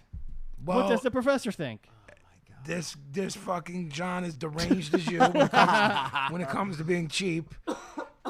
But why is he asking you? Because he thinks you're healthy. He thinks No, why go he why, pit over raisins. why like go 10 why episodes why wait ago. for the grape to get dry? turn and into a why not raisin. eat the grape? I Grapes know, are I- probably healthier than raisins. Okay. But what, you're the portrait of health or something? I know Yes, more about see, health. that's what I'm saying. Everybody knows. I lost Beachbody- more weight than you did. Beachbody Blow fucking I mean, got it. I saw the pictures, man. It wasn't pretty. There was no beach body to No. be seen. Jim Jupiter's what they called me on that beach. Wow. What the fuck does that mean, man? Jim Jupiter? That's I think it's a Married with Children throwback. I mean, Wow. you should have just lied and kept it because I wouldn't have known. That's all right. No, credit where credit is due. Can you answer the man? I'm saying I like grapes and all, but I hate the skins.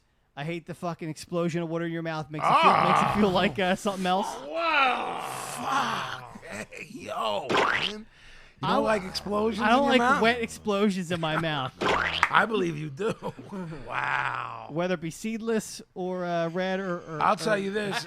I'm going to shoot on grape. I don't like seeds in any gimmick. So, I mean, if you can give me a seedless grep, I'm in. But I would prefer the raisins, John. The grapes are fine too. Who the fuck eats raisins? I would tell y'all a great late night snack. That's healthy, but they're expensive. So I'm not even gonna. Go ahead. Nice bars, man, but they like $2 a clip. You ain't buying it. Nah, they're not Yeah. nice to me. No, see? And this motherfucker John asked the question, admits he's cheap too. He ain't paying $2. Hey, maybe he just wants to know if he should eat grapes or raisins. Healthy snack. Good question, John. Thank you. Sidebar, we got our boy Craig Poland from Utah. He said, "Oh, y'all want names for the new studio? I got 2 names." So I know we said earlier we thought a good one. I mean, unless this fella thinks he can outshine Paz, man. He better blow. So my he mind. had better blow my fucking head. So he had the basic one, which is a Grandfather Clock Studios. Okay, I mean, I'm not mad at that, but And it's not then better than this one Macaroni I Mansion. liked. It was Dika Studios. Yeah, man. That's pretty good. I'm not mad at that. This might be the Macaroni Mansion, aka Macaroni- Dika Studio. And Yeah. then, and before we heard about Macaroni Mansion, I had one instead of Found Sound. It'd be Brown Sound Studios. Oh, That's pretty. I'm good. not mad at that. but- Nice. Yo, what's son's name again? Craig Poland. Craig. Dika, Dika, Dika, Dika, Dika, Dika, Dika, Dika. All right, next question. This one's real fun. This one's from a guy who just answered. Man, I'll tell you if it's fun or not, man. What the fuck you mean it's This fun? one's fun. We're gonna have a lot of fun with this Little one. fun, John? This is from D. That's all he's writing as All right. for the crew. D, motherfucker, D. What was the most bizarre show that you've ever been to in terms of a juxtaposition between the act performing and the venue? For example, I saw JMT play on a lawn in a tent at Brandeis University, and while the show was great, Brandeis. exactly there too. And while the show was great, all I could think of was, why the hell the fuck are they performing here of all places? If I'll answer this question, if you know what I mean, the Brandeis question. Those college shows are very lucrative. They typically put you in a weird situation. He's right. It was like a spring fling. It was. Oh, it's a real show then. Bro, I remember it like it was yesterday. It was a long time ago. It was super strange. It was in the middle of the day. And those places cut you nice checks because their budgets, those entertainment budgets yeah. for their entertainment budgets at schools. My mother worked at a college for all of my adult life. They'll cut you a nice check. You know what I mean? So I ain't mad at it. I actually like that question a lot. So I wanted to answer that first. But Sicko, you can answer the question. Was there a show with a bizarre juxtaposition?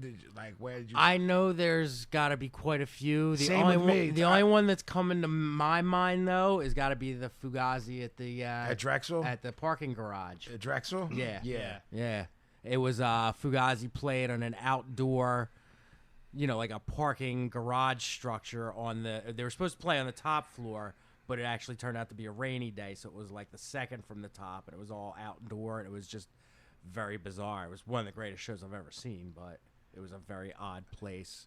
There was a juxtaposition. Was it a pop show? Mine is. It was popish. Great. Again, I know I'm gonna regret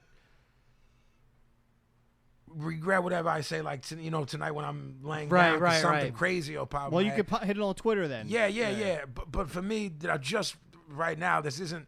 It's not necessarily a strange thing. Like, oh, I saw them in a barn or something. It was more how massive they became in fame. Seeing Tool at Dobbs, with seeing Tool touring off Opiate with like 12 people there. So again, this is a little place where we all saw punk rock shows, punk rock hardcore shows. How many people would you think the cap is in there, OG? Like 175 maybe? I was gonna say 150. Yeah. No way it's even close to or more than 200. Right, so I'm somewhere in the vicinity, would you say, right? 150 to 175, Yeah. maybe, and that's packed out. That's packed. I mean, the three of us saw Everclear there together. Remember that? Yeah. We saw. I saw a shitload of Yeah, bands we saw a there. lot. There was a run where I was going there with you Yeah. every weekend, basically. With Yeah. the three Yeah, of I us mean, was- they're like I was telling you the story last week. We walked by when Rage, Yeah, you just. and told I that was like, story. "Who's this band?" I don't even know who this band was, and it was just when that album broke, Yeah. and they played fucking Dobbs. You know Right, what I'm saying? yeah, And, like, so the that's- next week they're Nirvana played there. playing Nirvana too. Yeah. Yeah, so Oh, I got one for him. I saw Bikini Kill fuck this play fucking at man. some. It was a ballerina dance studio, and there was no stage, and it was like literally like you see on TV. Like the one wall was all Okay. mirrors with that balance barge on, and they do the foot Yeah, up, that's super strange. and it was just It was like an all riot girl show, Sure. and I think it was like me and like a gay dude, and that was it. It was just all like angry women, and it fucking ruled. Yeah, but just to wrap it up, I mean, again with the juxtaposition, it's not like I saw Tool play in someone's basement, but I Right. saw them play. You know, this is a band that eventually was playing arenas, Right. and selling millions of records. I saw them in a bar on South Street, and no one knew or cared. And Maynard was still batshit maniac.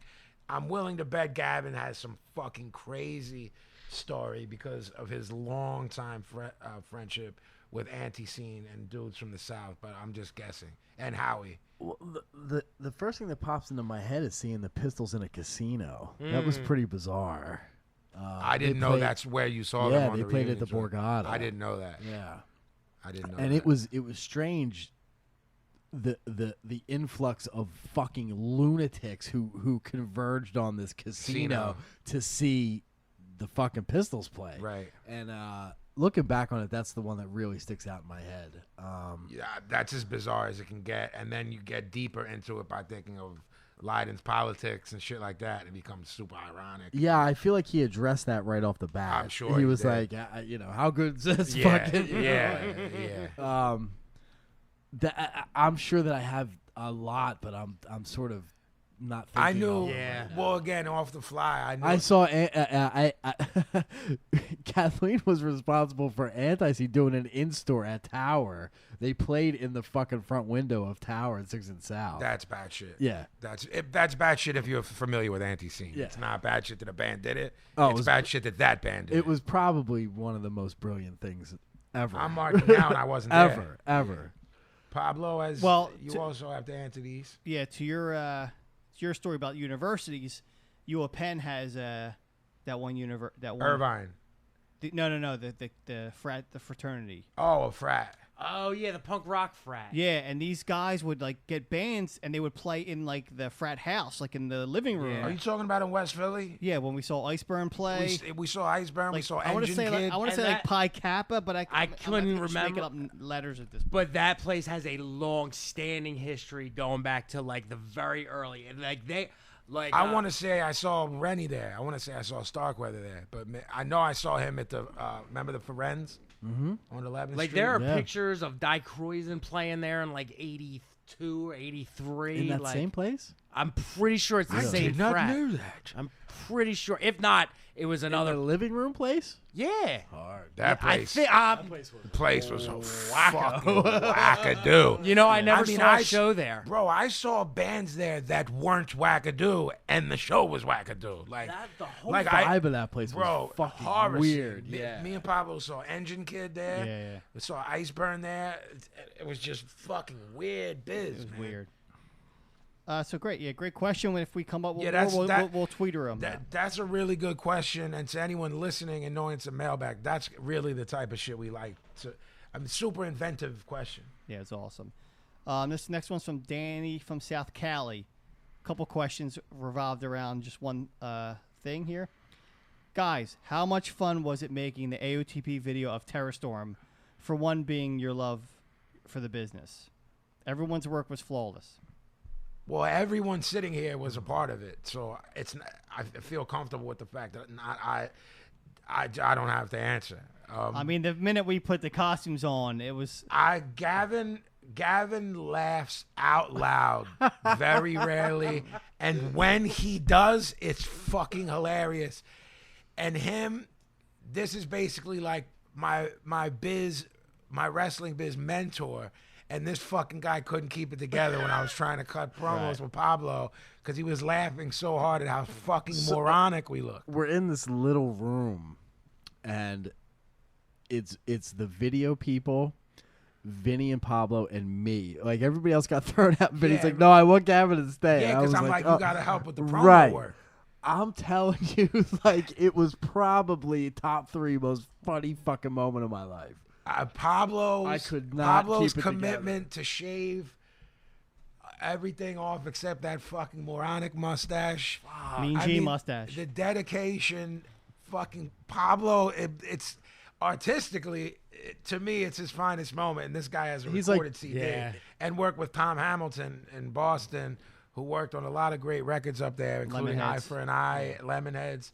To me, creatively, if I'm him and I've only 2 choices, play my daughters the CD we made or show them Terror Storm, I'm going with Terror Storm all day. But this fucking guy is legit funny, and that showed me one thing that I didn't know over a 25-year friendship, and that was that he could be funny outside of the little circle of us being in a car laughing, because I was like, either he's gonna be whack, I'm gonna be whack, or we're both gonna be whack, because neither one of us can act. And people tell us we're funny, but we're definitely not comedians. I'm like, yo, man, I don't know how we're gonna do this, so just put on a stupid costume and let's do it. And Gavin was like, look, like, let's work with talking points here, and we'll try to like come up with a good promo. And I just said what I said, and Pablo, like, arguably, I can't say nothing was scripted. Gavin was like, yo, just remember, like, Prime Flair, just remember the Horseman when you're doing, like, machismo. But we didn't have talking points because we're like, I can't see anything to read any kind of script. I'm not remembering it for a fucking video. I'm just not. Because I hate filming videos. That shit was mad fun because everyone came in. It's like, you know, Block came into town, App, Seamus, Self flew in from Tampa. So it's like, first off, it's good to see everybody. Stress brought his dogs down. Stress, the white boy came through with his canines, with the pooches. So it's like, I mean, Gavin laughing, me being able to take a bump in a real Chikara ring was heavy as fuck, and them dudes putting me over for the bump was like, that shit was real dope. It was the most fun I had in a really, really, I really just long say time. my recollection of the entire day is just laughing my balls off every minute of the day. My body was sore from taking bumps, and my stomach hurt from fucking laughing. So funny.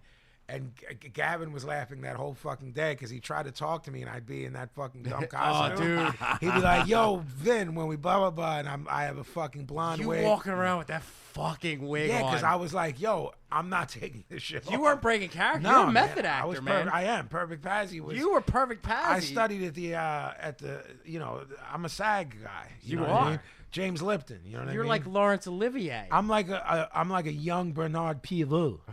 Okay. Which wraps into a second question, which is, without shooting on me too much, which he's absolutely not, how many takes did it take for Pablo to do his lines without destroying his words? But, I mean... The only takes that were ruined, I don't want to use the word ruined, the only takes that didn't make it were because we were fucking laughing. Cracking up. And Gavin, so I bad. was like, yo, man, I never thought you to be the person I'm saying this to. You're laughing too much because you're making me. Well, Gavin tried to do something where he would put his head between his knees, right? Because I'm laughing. I don't want to show those guys are laughing, and I'm like, your head's between your knees because you're laughing. I'm laughing. He was doing this gimmick like hiding his face. I'm like, you're hiding your face because you're cracking up, which is making me crack up.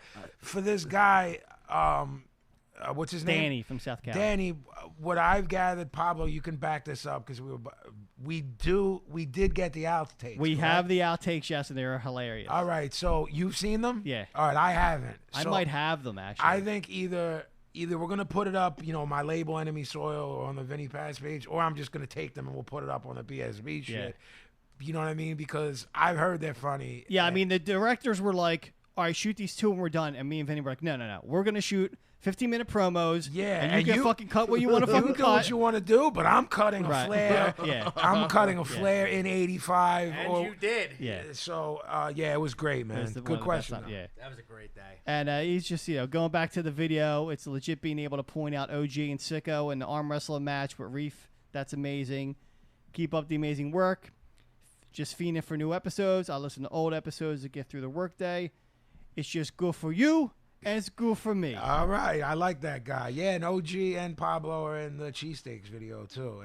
And all three of OG, Pablo, and Sicko are in the Terror Storm video. So BSB is repped in its entirety in that video and 75% in the other one. So that, my friends, is the mailbag for this week. Nice. Next week might be an all Cody Mack episode. We don't know yet. I mean, look, Mac, man, me and Gavin were pulling for you. Pablo shut shit down, man. He ain't playing around. I mean, he rules that shit with a fucking with an iron fist.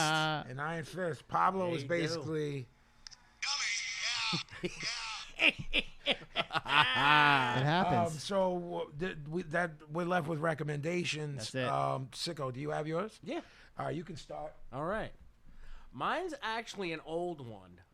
It goes back to 1993, and this was discovered by just twiddling around on Netflix. Okay.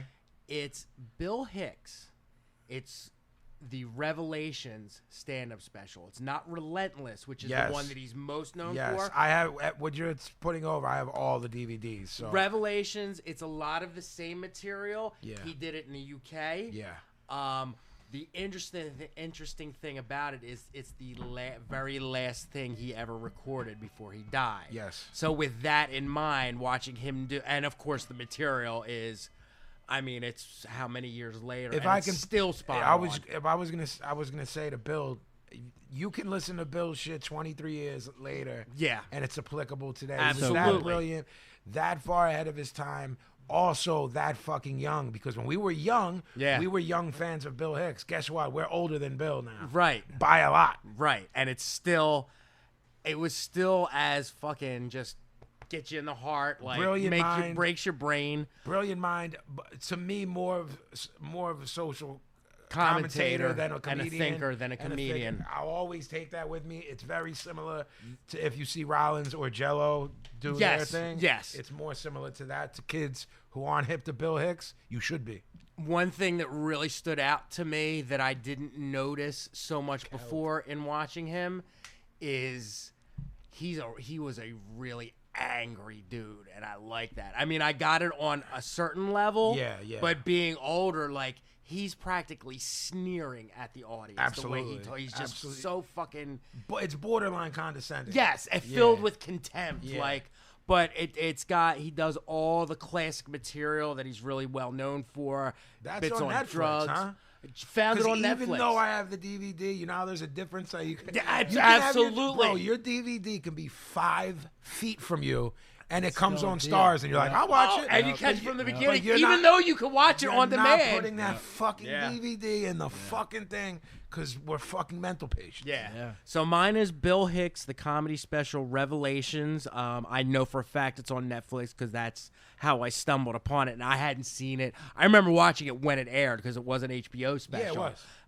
But I have not seen it That's since not that very the first one time. where he's wearing the duster and the black hat. No, that is the one. Okay, yeah, it's just He's brilliant. all black. Yeah. He's got the sort of the monolith. Yeah, that it's sort of looks just like fucking 2001. Brilliant. Yeah, brilliant. so if you find it, Anybody it's out worth there your who time. doesn't know what we're talking about, Bill Hicks, watch what Sicko's talking about, but get your hands on anything you can. Yeah. Pablo, Yes, so you're going to weave in... a cheapo tip within this. He's gonna So, slip his tip in it. So today I got in on the Twitter with my man from earlier, I was fascinated with the Hain. Twitter. I like to talk to the people. He does. I'm a Twitter guy. You and Gavin know so. Yeah, I hate the Twitter. I like talking to the people. They got shit to say. I got shit to say back. So he says he starts off the day by saying, "Who actually eats Arby's? Shit is gross." And since I eat an Arby's, I had to shoot back at So him. you took that.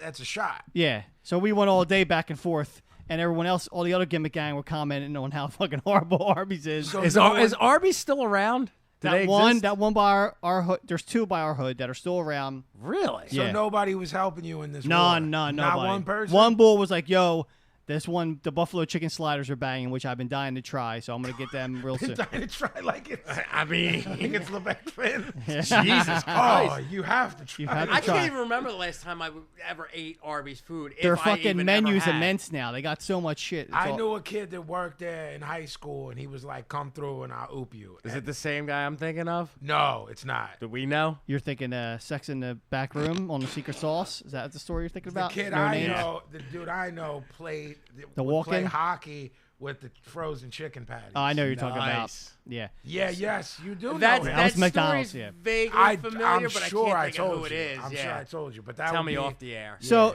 like all these other places, Arby's has the fucking do the survey on the back of the gimmick. Oh, no. So I do that. You could win $1,000 on this. This is high stakes right here.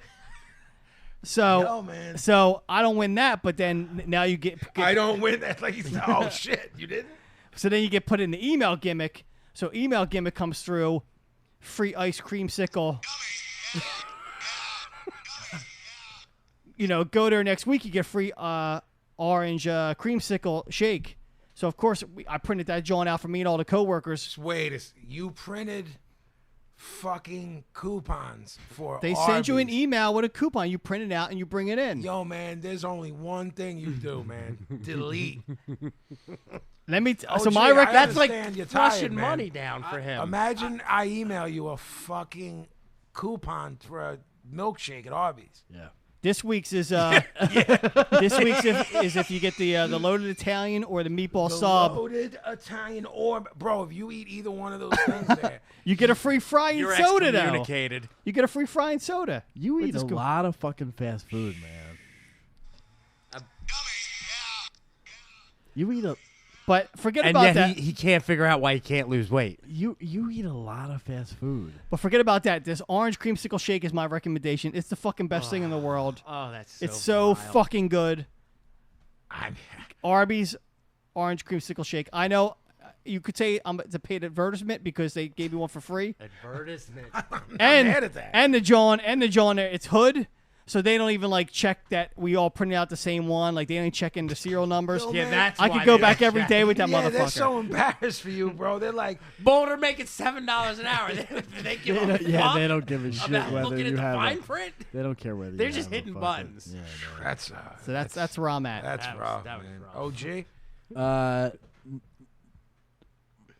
Cody sent me an advanced copy of a book from a guy he works with. His name's Freddie Negretti, who is Freddie's a goon. I know that yeah, name. like a goon. Yeah.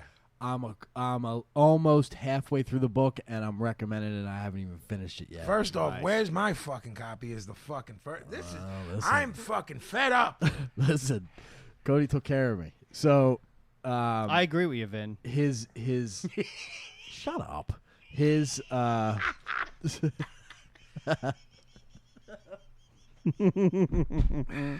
just popped myself. Yeah, I'll pop The- you Yeah, right in the ear. yeah. The I hate this new seating arrangement. By the way, it's got to change. I ain't sit next to him all night. Oh, look, it's just you're looking at me like, what Who the am I fuck gonna did look I at? do? No, who am I gonna look at? You don't like my busy hands? Fuck. It's called My Life in Black and Gray. I believe it comes out at the end of this month, which is August. Absolutely 100% pick it up. I'm not even halfway through it yet, and I fucking love it. If you ain't hip to who Freddie is, look him up because I don't have Yeah. I don't have 2 hours to get into it with you. Yeah, he's a heavy. Yeah. Heavy. My recommendation this week is a television. I won't call it a show. I think it's an 8-part. It's 8-part and done. It's called The Night Of. It's on HBO. What? Did you put it over last week? Oh, did I? Did you? I don't know. Did I? Yeah, you're. I'm not even going to say what it's about. Maybe that's Well, why. I'm fucked. We're putting it over again. No, Yeah, well, fuck it. No, Do let it me. again. Well, first off, the look Sicko gave literally acted like I just admitted I was a pedophile on air. I mean, don't I've admit never that. seen his face. It's literally. No, He 'cause was I- serious I as a was- heart attack. I was checking my memory. like, I've never. This dude hasn't given me that look in fucking 27 years. Like I literally, my stomach fucking sank. that Like, was he- me thinking. Yeah. Like there was an axe He's got some murderer bad behind it. news, yeah. That wasn't Wow. even a reaction. That was me thinking I thought like, there was an axe murderer behind it. Wow. I'm Well, sorry. I blame this on Gavin because I said, yo, I don't want to discuss our recommendations, but are you going to pit over the show we're wrapped up in this week? Yeah, And I he was said like, no. So, He never remembers what he I said. don't. I really don't. Let's talk because I'm all caught up in it. I'm fucking. Well, Let's I'm just all talk up in about the show. Yeah. I mean, well, here's the thing for me, because I put people onto it. I was actually the one who told Gavin about it, but I just hadn't. Right. He watched it I first watched because it I first. DVR gimmick. Yeah, and yeah. about- I get wrapped up in too much shit, and so does he. And then we're telling each other about gimmicks. Right. He was watching that. I was watching Wayward Pines, and then we flipped. Right. So, for me, people that I've put up on it, on my personal Facebook, not my Vinnie Paz gimmick, my personal one, I'll put up shit I'm watching, and people will tell me, yo, you always put up good shit. I watched it, da-da-da-da-da. for me personally, are you watching it, P? Not yet. All right, so you guys are. I don't know that I can say too much. He told me unless- he gave me the premise. I think giving the premise, I don't know if it's ruining it I don't think so because because it's so quick that it's very I mean, it's a basic criminal procedural show. yeah. We can't really give anything away because the audience doesn't know anything yet. Right. You know right. what I mean? Yeah, I mean, there's It's- 8 episodes. We've seen all 5 that have. There's definitely 8. Yeah, there's I 8. was wondering how many There's there were. 8. It was actually a show in the UK. It was a British show. It was a book, then it was a show in the UK.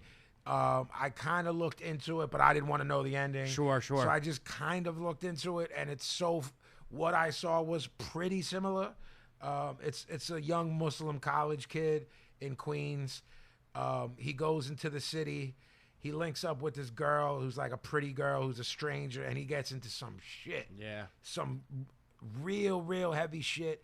Totoro's in it. Totoro's brilliant. Absolutely. I told Gavin, I'm like, you know who that one cop was? His little brother Nicky was the one cop. He's only in it for like his screen time in 5 episodes is probably under 45 seconds. Dude from NYPD Blue. They If look you saw nothing him- alike, If you you saw him, wouldn't you'd be even- like, Sippo- oh, that Sippo- fucking guy. Sipowicz? No, His Sipowicz. John Turturro is tall and thin and looks like DJ Clips. Nicky Turturro looks like Joe Pesci if he was Puerto Rican. He looks nothing like John. It's amazing. I'm trying to think of which cop it would have been. in And the then I'm show, not and sure if y'all even saw their cousin had a cameo too. Aida Turturro. I did know. I Who was did know Janice that, on The which was Sopranos. great, yeah. Lord Jamar from Brand Nubian Tretch. is in there. Tretch had a cameo, and Sticky Fingers is in there. I don't. Gavin, can you say things? I don't want to like. It's No, heavy. It's yeah, claustrophobic. It's very well done. The cinematography's brilliant. It's well acted. moody, dark. It's tough to say anything further than what you said in case somebody hasn't started it yet. That's but kind of why I didn't want to OD. definitely. It's a young kid definitely. who's a good kid Yeah. who, in one simple second, ends up in some shit, and I don't even want to tell you what that is. Yeah. It's just, and it's fairly riveting, you know, and you want more. Like yo, Yeah. I wish there was 100 episodes. Of Yeah. this. I'm real intense. I have no fucking clue how it's gonna end, and that's dope. That's, you know what I mean. Yeah. So that's my recommendation. My apologies that I did it. I did it So twice. good we did it twice. I forgot. Gavin. I don't pay no Gavin goddamn no attention. sold me. I don't So- pay attention to the shit I say. He's no help. No help. So what I'm gonna do is I'm gonna come with the most illest recommendation next week. I might even give y'all 2, just on the muscle, 'cause since Gavin fucked me up. Yeah, what I'm gonna do is think of mine 2 minutes before I'm supposed to say it. Yeah. Well, That's Punk my rock gimmick, shit. man. it's my fault for trusting in you. Oh, that's Jesus. fucked. No, that came out wrong. I should apologize. that's It's fucked my up. fault for trusting in you in regards to remembering something stupid. Yeah, no, I don't remember All right. shit. That's true. Either way, it still beats the fucking creamsicle from Arby's. Yeah, well, We could do fucking the night of every week. And it's so my recommendation is this show on HBO. The night of. so that's it. That's we're wrapping up this episode of Broad Street Breakdown number 22. Live from the Macaroni Mansion. From Macaroni Mansion, BroadStreetBreakdown.com. I'm at Vinnie_Paz. He's at Pablo Regular. OG is at the G Gavin. Yeah, And Daddy-o. Sicko is Delodovico, but he doesn't use the Twitter. BroadStreetBreakdown.com. Download, do all the shit we told y'all about. Yeah. And we'll be back next week. Goodbye. Peace. No.